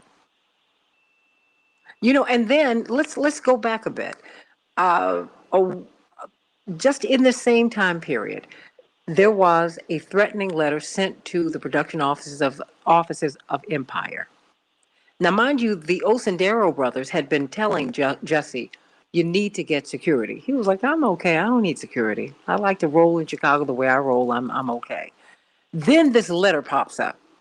See, that automatically made me suspicious. And hey, given my background, I'm a little paranoid. I'm just going to be honest with you. And then after the letter pops up, they say, I told you, you need security. And we want to be your security. He said, you all don't do security. I'm going to be fine. Don't worry about me. Okay. So there is that, which is interesting and odd. They went in when they were arrested by the police, or when they were taken into police custody. They said, no, we did not beat him up, and Jussie did not hire us to do that. And they refused to eat out of principle. Okay, they were going to be held 48 hours. If they didn't fess up, they were going to get a charge in 48 hours. In the 47th hour, they changed their story. Then they were put in a luxury hotel, Robert. I mean, isn't that by the police for changing their story? Isn't that a little odd to you? Absolutely, all those things are odd, and those go into the macro issue of distrust of the police department. I certainly don't think they should have spent 2 years investigating the criminal mastermind Jesse Smollett. I think it was a waste of police resources, a waste of city resources. I think it doesn't think it made the city any safer doing so. But on the micro issue, the burden that Jesse Smollett had at trial was to convince the jury that the information that he shared, the statements that he made, were not false. That he either he could recant that he was a victim of a hate crime or show that a hate crime actually took place. That was the kind of the burden which was put on you at trial, not the legal burden, because the state has the burden. But once the state produces evidence and witnesses to carry their burden, well, now the defense has the ability to rebut that. They didn't present evidence to that nature, or witness statements or testimony, or other people who could discredit the two Nigerian brothers in the case, and that's why you had a guilty verdict. And this is why I say I'm not quite sure what the defense's strategy was, because either they could. Robert? Robert? Okay, you went out, hon. It's very clear exactly which one they're presenting. Well, the Osindaro brothers did want $1 million, actually $2 million from him. There's just a lot going on here. Haven't heard from you in a minute, Attorney Mark Fancher. Your thoughts? Well, I think that, I just have to step back from this. And, there are so many people who believe that a trial is a search for the truth. It's not. I mean, it really by design is not. What it is an opportunity for contending parties to create their own version of the truth, their own version of reality, and then to try and persuade a jury that their version of the truth is the correct one. And in many cases, neither version is the truth. They're just advocacy positions that have been taken by contending parties. And what's so unique in my mind about this case is that both versions of the truth presented by both the prosecution and the defense are so strange and so bizarre. And it causes me some real concerns about whether Jesse Smollett was well served in this case by all involved. Whatever the truth, the actual truth may have been, the outcome doesn't seem to me to be the one that is most appropriate given what we know. If in fact he is the person who the prosecution describes him to be, and he did all of the things that they said that he did, I'm not sure that this is the proper outcome for it. I don't think that this kind of case should have gone to verdict, because his counsel should have prevented that from happening. They should have said, no, they've got you nailed, brother, and so therefore we need to negotiate something for you that's going to prevent the embarrassment of a trial and an outcome which is going to be more favorable to you. If, in fact, he is absolutely innocent, then, as Robert has suggested, there needed to be a defense that was along the lines of the kinds of things that Shapiro brilliantly laid out just a few minutes ago, where they go on the attack against the police department and show all of its crimes, all of its misdoings, all of the political implications that this may have for Kim Foxx, and all of the things that we've been talking about today. It should have been a vigorous kind of a defense that went after the state and showed the corruption that has historically plagued the city of Chicago, and how Jesse Smollett has gotten caught up in it. I mean, that's the kind of approach that Johnny Cochran took when he was defending. But they wouldn't allow that in. That was inadmissible. Yeah, that's what I was saying. The judge, as I understand it, again, no video camera, so this is what I'm told, and it was reported. The judge made it very clear early on. This was not an indictment of the Chicago Police Department, and they were not going to be allowed to present that evidence. That's why I'm saying, I don't know, but when we see the record, the only thing that will shed light on what really happened is when they file their notice of appeal. Of course, the first thing they have to do is get the record. When that record is exposed, because it is my understanding that the judge specifically precluded that information from coming in. So that defense was not going to be viable, was not going to be allowed. And you know, as practical like I know, when a judge does that, that's what it is. So they probably preserved that for the appeal. But and I am told that was certainly part of their defense. Again, I don't have any firsthand knowledge. I don't know the attorneys who defended Jussie Smollett. I don't even know what the jury actually heard. Wasn't in the courtroom, but what they heard was not evidently a story that made sense to them. When you don't have context and when you don't have the ability, quite frankly, to question a jury on how they feel about certain issues as a defense lawyer or as a prosecutor, your hands, from my standpoint as a trial lawyer, are effectively placed behind your back. You don't know who those 12 people really are that are going to rule one way or the other on your case. That's something in this case that benefited the prosecution. So I think that all the things you're saying, sure, but when the judge said you are not doing that in this courtroom in this case, it's not relevant, then you are in some kind of a situation. I believe that's what defense was encountering. And I think that gets to the point. That gets to the point, which is if I were his defense lawyer and I ran up against that roadblock, then my advice would have been, look, we're nailed. And we have got to make a deal here and get out from under this. We're not going to let this go to verdict because we're going to lose. And the only thing that would have prevented that from happening, a negotiation from happening, would have been Jussie Smollett himself, which, from what I've seen is the case, where he just, was adamant about the fact that he's telling the truth and he was going to let the chips fall where they may. And, the lawyer has to follow his client's direction. But, this is all very strange to me. I just don't understand how this case went to verdict, given all of the allegations that are being made.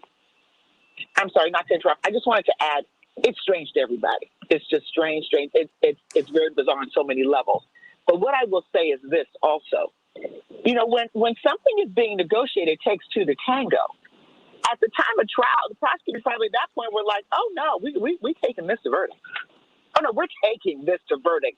This judge, this jury, which allowed it, we are taking this to verdict. So even if they had, I don't know, haven't spoke to anyone, don't have the information. But, Mark, as you know, there is a scenario that maybe at some point they tried a plea and they were not able to reach agreement.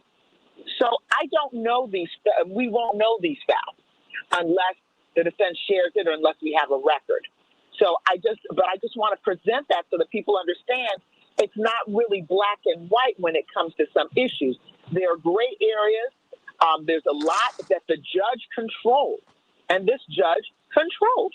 And sometimes if you fall on the short end of that stick, it can completely gut your case and you can be screwed. Well, and you know are what? trying to case with your hands behind your back. And do not, is that you, Chaparral? Oh, okay. Well, hold on. Before you jump in, do not underestimate the surveillance against Kim Foxx. She ran on a platform of being a progressive prosecutor in Chicago. I mean, you've seen it happen to Marilyn Mosby. All of these progressive prosecutors, many of whom are black women, are catching Hades. I mean, they are having the reins of the devil fall upon them every single day. And that is what has been happening with her. She said, you know what? I know it's a high profile case, but you know what? This is as crazy as we all think it is. So we're going to let this go. This is not worthy of our taxpayer dollars, jail time, all of that. Let him go on. We have this great show in the city. It's making a lot of money for everybody. Bye. Go. This is not worthy of a prosecution, let alone a persecution. And then these folks have been trying to get this woman out of office. And I promise you, they're going to try and use this to do that. Chaparral. Well, and I'm sorry. Oh, no. No, I was going to say the exact same thing. This is a personal vendetta for the city of Chicago and also the state's attorney office against Kim Foxx. This is the reason why they have turned the entire public against her, and as well as also Mayor Lightfoot.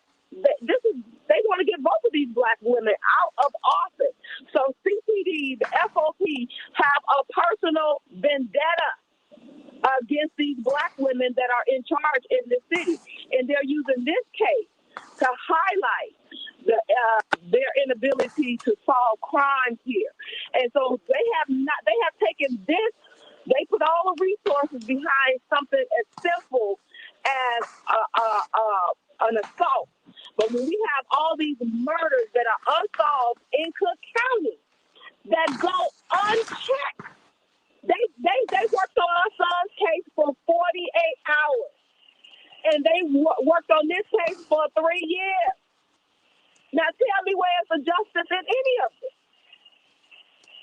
Where's the justice? For all of the mothers who are out here like me, who have not received a dedication to their cases at all. And y'all want me to believe CPD? Oh, no, never. Never. I have seen what they can do. And you guys know what they can do as well. Everybody knows the history of Chicago police. We didn't get this reputation just to be saying it because of Al Capone or somebody.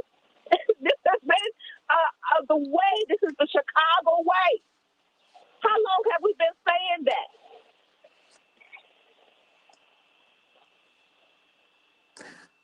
Anyone want to respond? I mean, Chaparral, I absolutely hear you.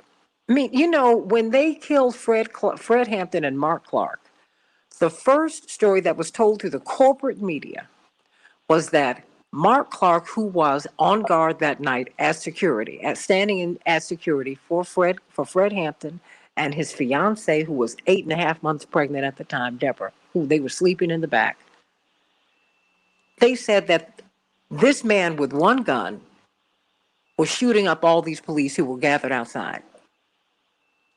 It was only because G. Flint Taylor, this crusading white lawyer, went over to the apartment because these people thought that they were one and done, and they had the support of the FBI to do this. They saw that all of the bullets were shooting into the apartment. The first iteration of that story was a complete lie. And so my father's people had to go out in the streets and find Bobby Rush because he was the most wanted man in America. Because at the time, let us not forget, Mark and Robert, you're too young to know this, and CK and I are 29 and holding, that they used to have a show called I'm too young. I'm too young to know it. You don't. That's right. You don't know it. I'm sorry. Well, I remember when they had the FBI show on TV on Sunday nights. You remember that? Your mother told you about that, CK. Yeah. Okay, we'll go with that. Oh, okay. But let's just say I'm aware of that. Yes. No one knew who J. Edgar Hoover really was. Now, my people knew who he really was because they worked for Dr. King. They knew that this man and the agency made his life a living hell. They knew that. They lived that. They put Dr. King's hotel room at the Peabody Hotel in Memphis on TV. They said he's staying in room 901. They had to take him out of the hotel, and that's why he ended up at the Lorraine. And they pulled his black police officers. They pulled the security force off him. Don't tell me about the mischief these people in which they will engage. All this is a matter of public record. And they killed this man like he was an animal on the second floor of Lorraine Motel. He was leaning over the balcony talking to Reverend and Ben Branch, and the force of the missile was so great it blew him from the railing to the door, back to the railing to the floor. Are you kidding me? And suddenly I'm going to believe these people? No. I've seen them lie too much. The only people they're spying on is Black Lives Matter. They're leaving these white supremacists alone. Well, they're walking into schools, blowing up kids. I mean, shooting everybody. Are you kidding me? What is that? Walking down the streets of Kenosha. I'm not going to call Kyle Rittenhouse a white supremacist because I have no evidence of that. But are you kidding me? What is this? On the Chicago police, God bless them. And everybody's looking at giving Jussie Smollett the side eye. I don't get it. I really don't. Somebody speak to me, please. Yeah, I was going to say, well, if we take nothing else from this experience, then I think it is a reminder of all of the things that you just said.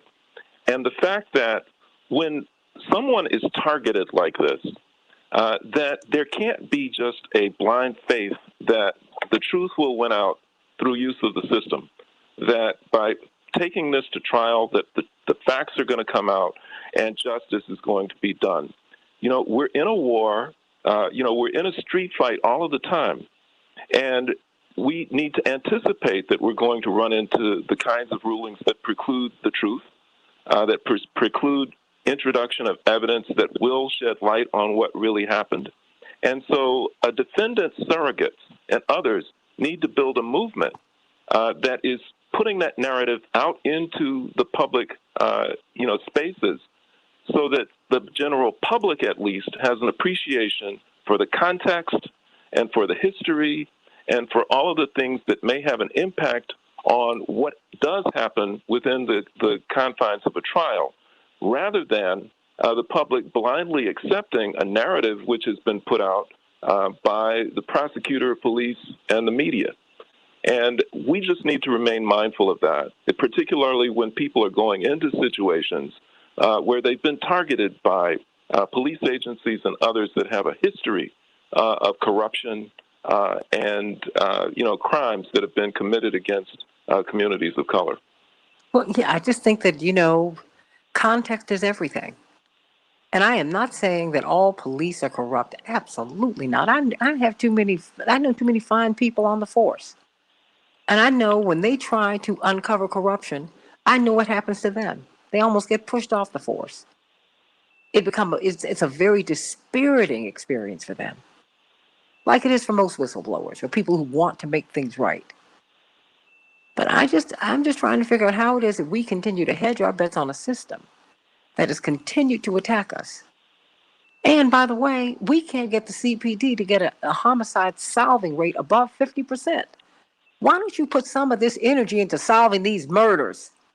All these broken hearts out here, parents and loved ones who are without their loved ones who have been murdered, but you can't seem to find the people who killed them. Are you serious? Really? Shame, shame, shame, shame, shame, shame. This is ridiculous. This was a waste of our time and money. And you know what? This is not about Jussie. This is about you, and me. Because if all these forces can come down on one person like this and we don't question, we don't question until it is too late. You don't love Dr. King until he's dead. He was the most hated man in America up until 6:05, April 4th, 1968. In real time, Muhammad Ali was hated. He lived in a little apartment over here on the South Side. He couldn't even get a job. Are you for real? Malcolm X was hated. The Audubon Ballroom was empty. Nobody was checking for Malcolm.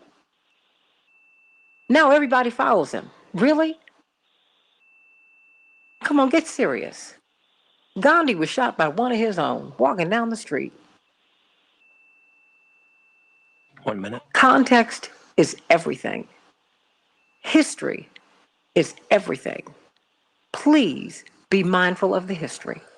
This is about all of us. If they take cameras out of the courtroom and you can't see what the judge is doing, what the prosecution is doing, what the defense is doing, if you can't check body language, you got a problem. That's what helped us with the Kyle Rittenhouse and the McMichael and Bryan trial.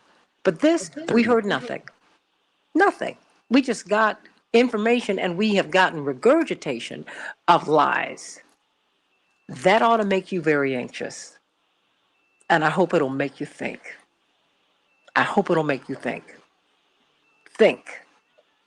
We deserve to have a system that is fair and just and that guarantees and ensures liberty and justice for all. It might not have started off that way, but it doesn't mean that it cannot end up in that space. Let us do it, and we have to do it together. We will rise or fall together, everybody. We came over here on different boats, as Reverend Jackson has said, but we're on different ships. We're in the same boat now. It's called America. This is it. It's ours. Now let's make it right for everybody. I love you, everybody. We're going to be talking about this on Keep Up Alive on Sunday and talking about a whole lot of things on Monday, Lord willing. God bless you. Be safe. sending my whole panel, everybody, Mark and CK and and Chapearl and Robert and Deborah, everybody, sending you all so much love. I love you, love you, love you, love you, love you, Paula. And let's go, Brandon, you too. Bless your heart. What'd you say? Be on time? Come on now. Just stop being silly. Stop being silly. Stop throwing trash out here. Elevate. Let's go, Brandon. Elevate. That's what we do here on the Santita Jackson Show. I love you, everybody. Let's change the world. I love you all. Does anyone want to say anything to this Facebook audience and all these other audiences who are here? Does anyone have anything else they want to say?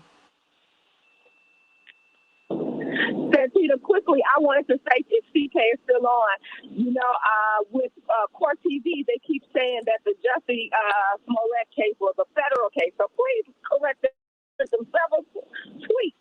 But they thought that it was a federal case because it was closed, but it wasn't. And so I told them that this was definitely a state case. This is not a federal case. And also, I know we kind of went off on Dante Wright case, but what I was listening to the analysis on Court TV, and they kept on saying, well, this was just a mistake. This was just something that, this is not a black or white issue. I'm like, it's always about race. Because when you have 3 squad cars coming in on a black couple, it's only because of race. They don't send 3 squad cars and one on the way for a traffic stop for white people.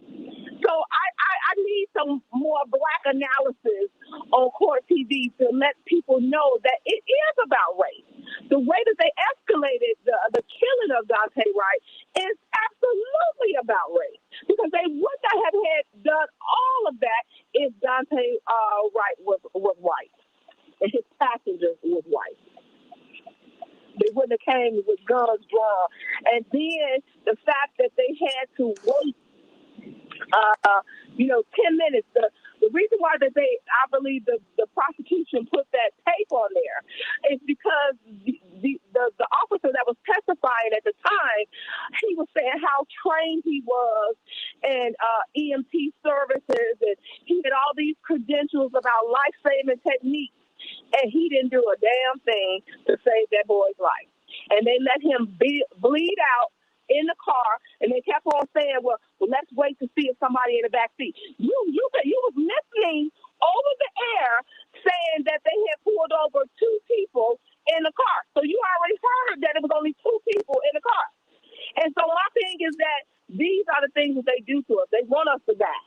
They don't want us to live and survive these brutal killings, because if we survive it, we can talk about it. We can tell you exactly what happened, but a dead person cannot speak. Well, Chappelle, let me just quickly respond, because I do have to run. Well, keep on sending emails and everything to Court TV. You never heard that perspective coming from me on any TV. No,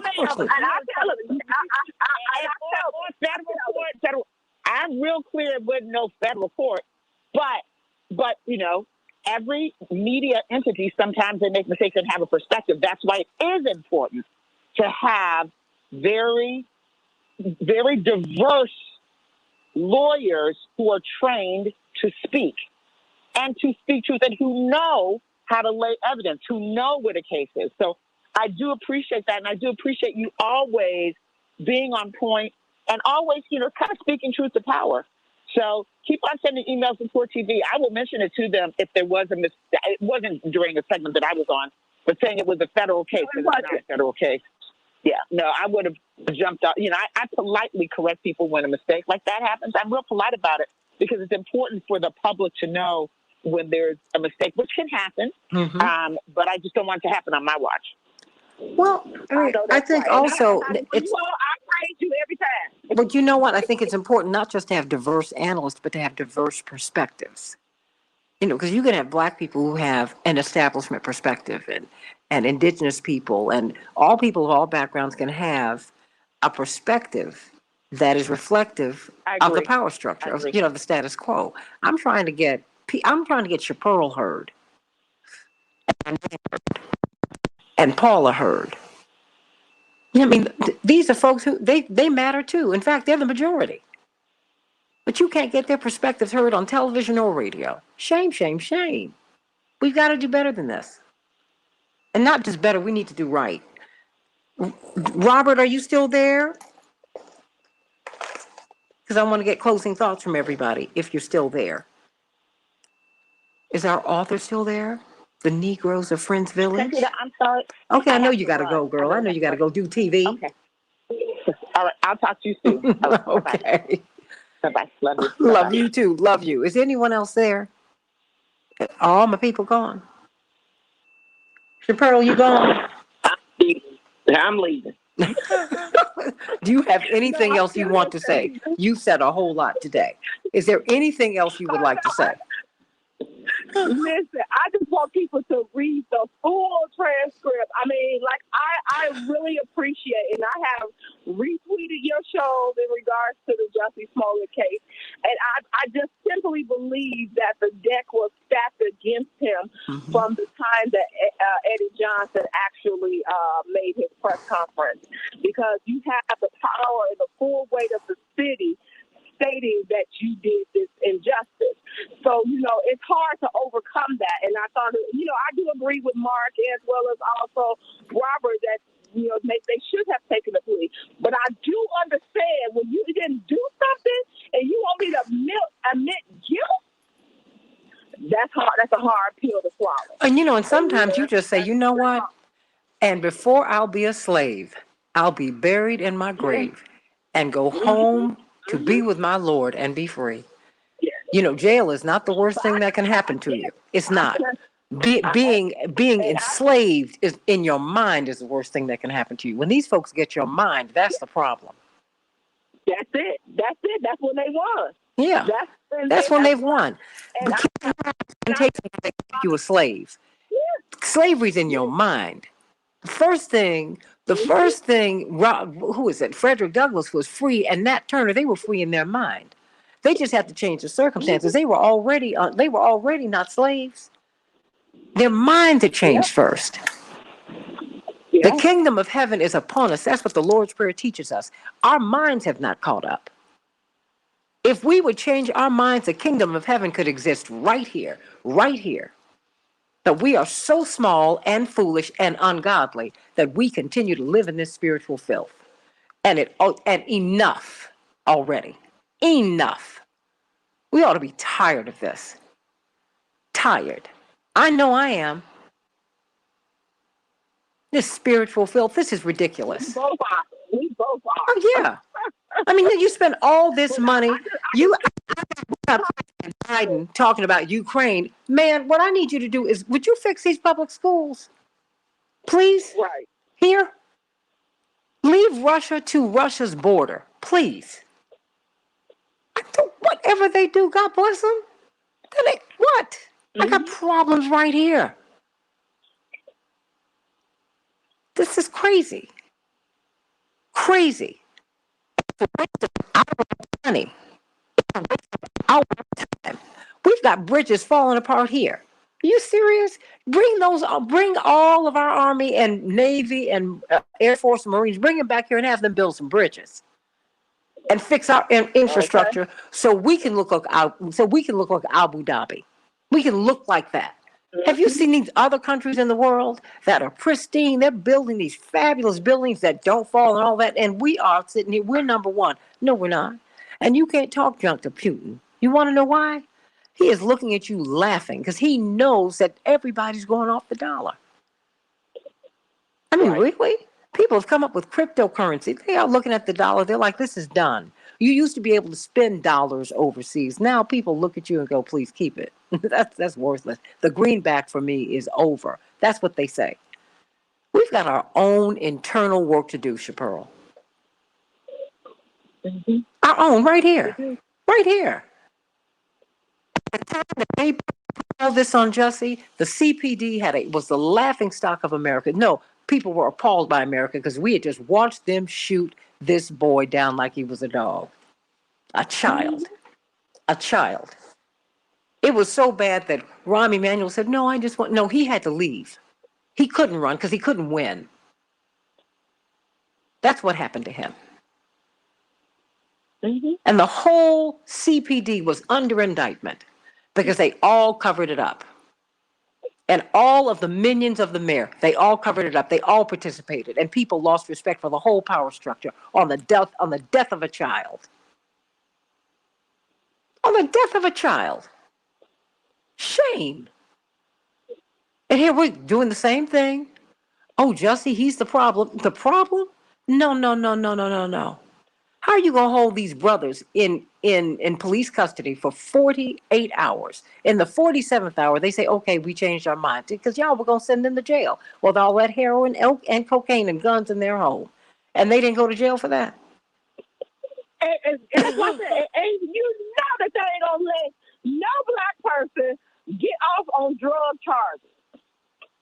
When they do that? In Chicago. What were you doing with heroin, drugs, cocaine, and guns? In Chicago. Huh. Oh, please. As they say, baby, bye. If Jussie do more time than Kyle Rittenhouse, baby. Come on. And you know, people were like, well, he's probably going to get probation. No, he is going to jail. He's going to jail, and he's going to be charged again for perjury. And the judge is racist. So, yes, Judge Lynn, and I'm sitting up here, I was so mad at Dan Webb. He's talking about something.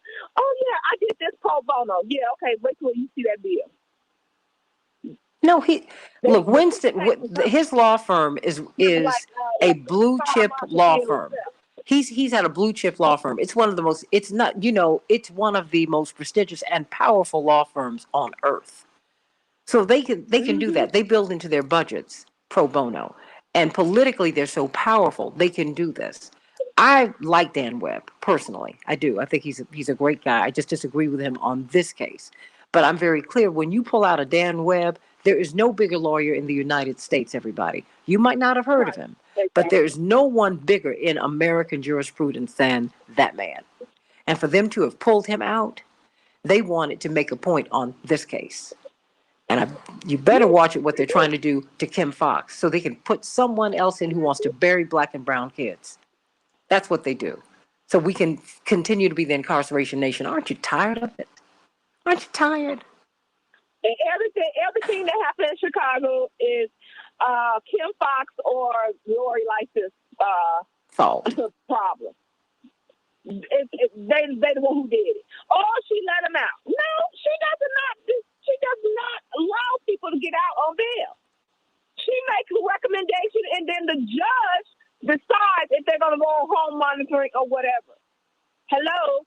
They don't understand that it's forced to a bunk right now in Cook County because they ain't got no doggone room.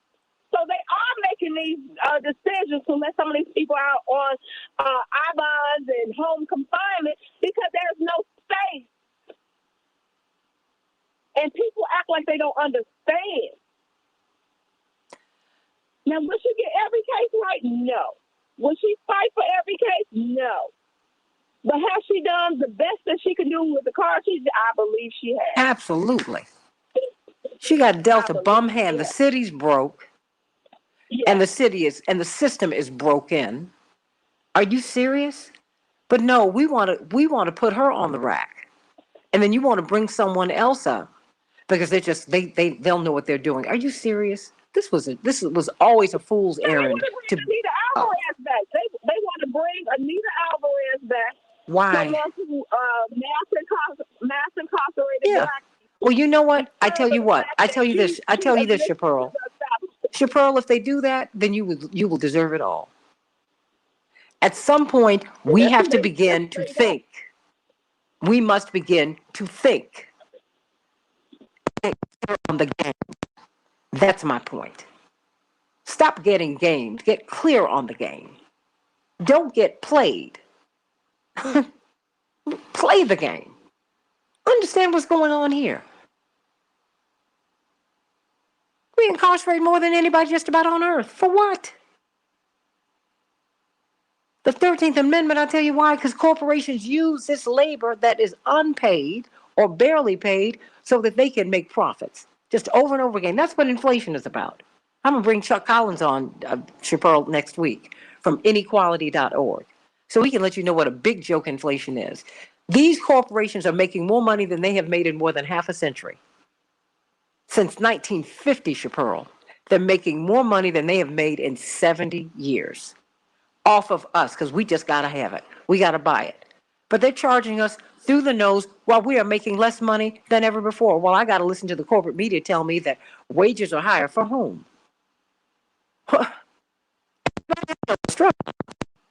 Everybody I know. Most people I know.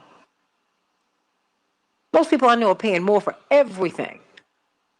Oh, gas fell a few cents. Nice.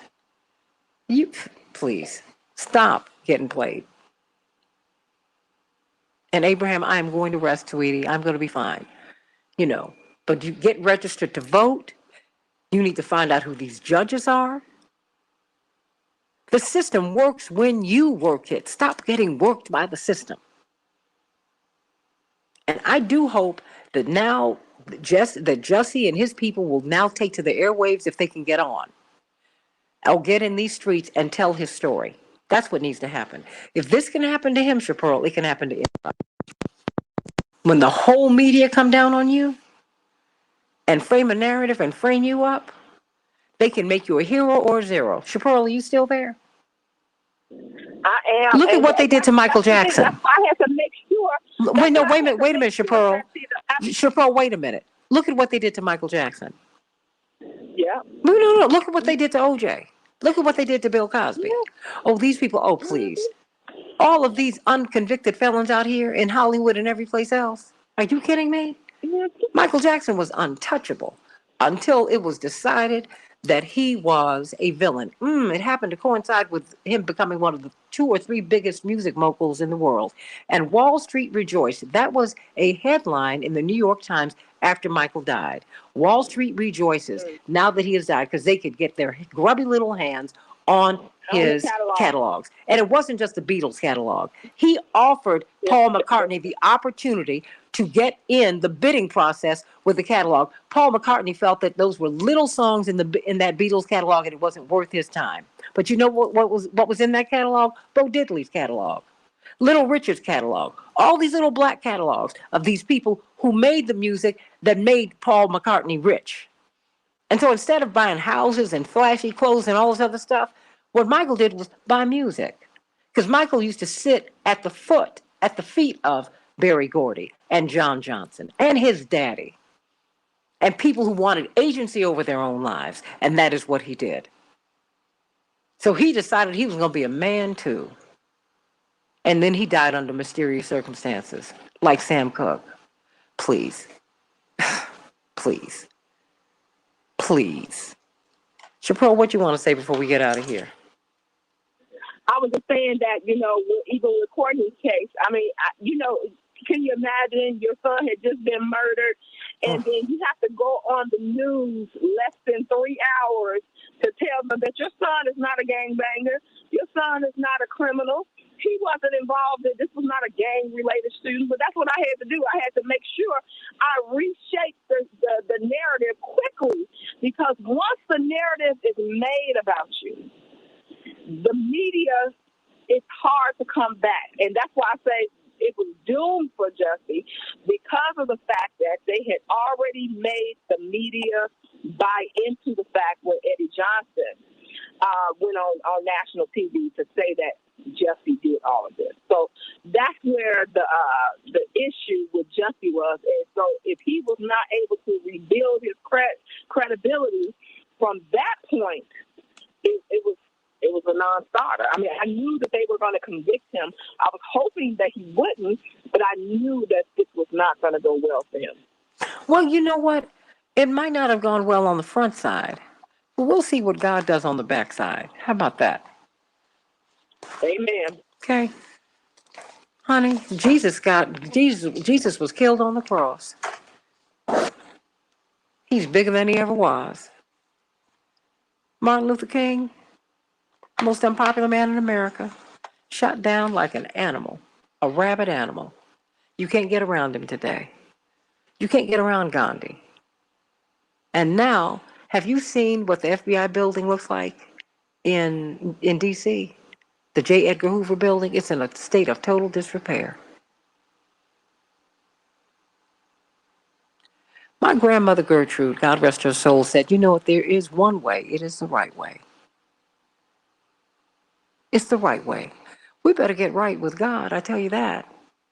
And that's where I am.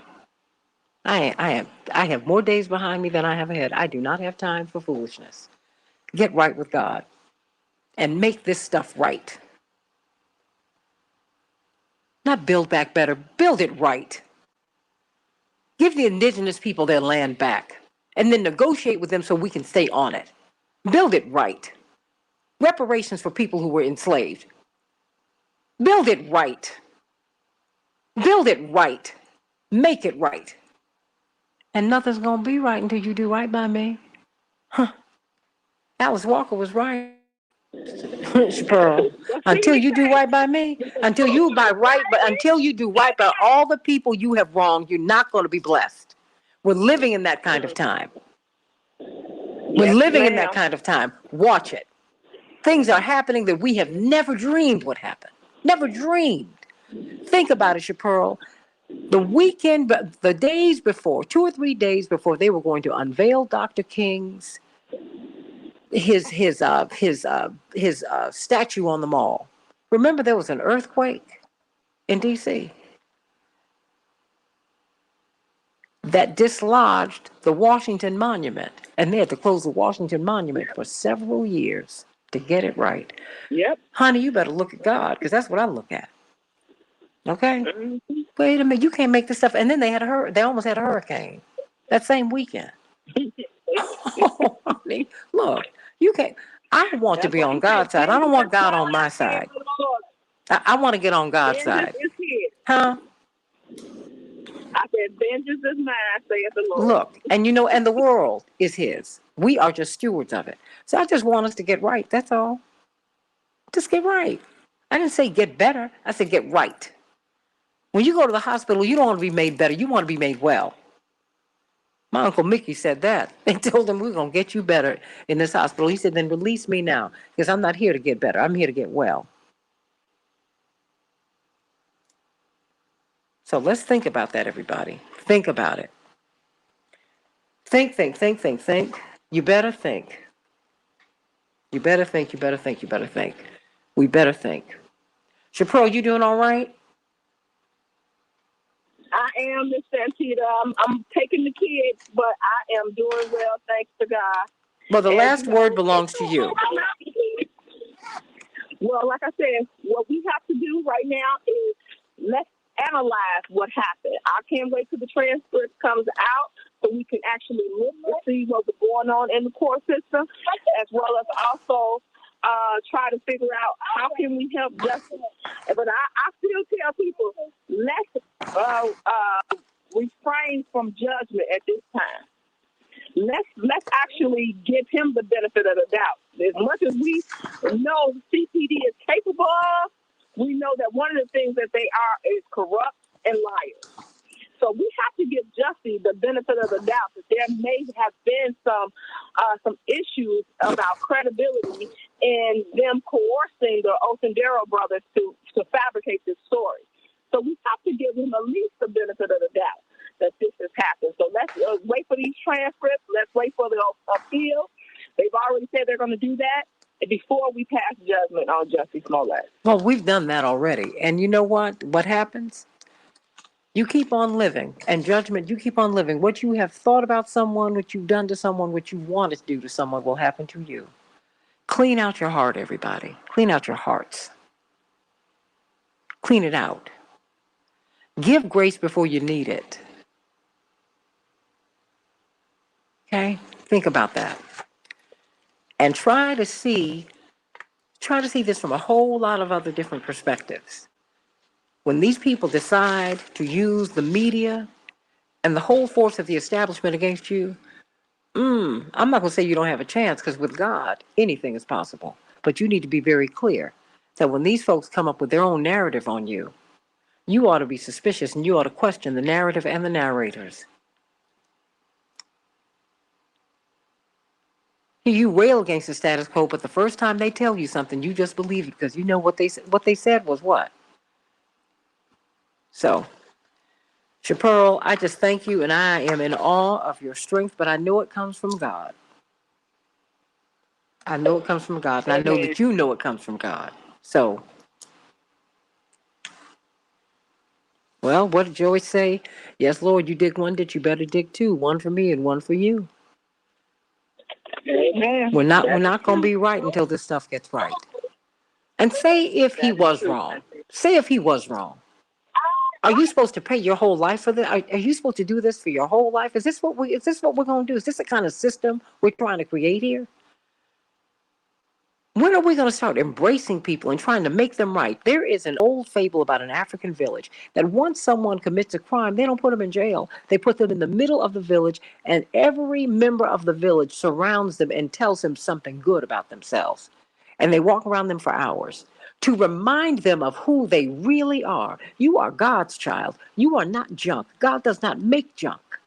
God does not make anything that is not good. Why don't we remind each other of that?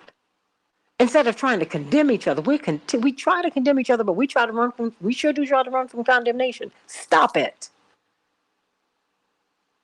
Stop it. Stop it. And let's go the right way. I love you, everybody. So, I love you, Chaparral. Love you more. Okay, tell them where they can get these good vittles from you one more time.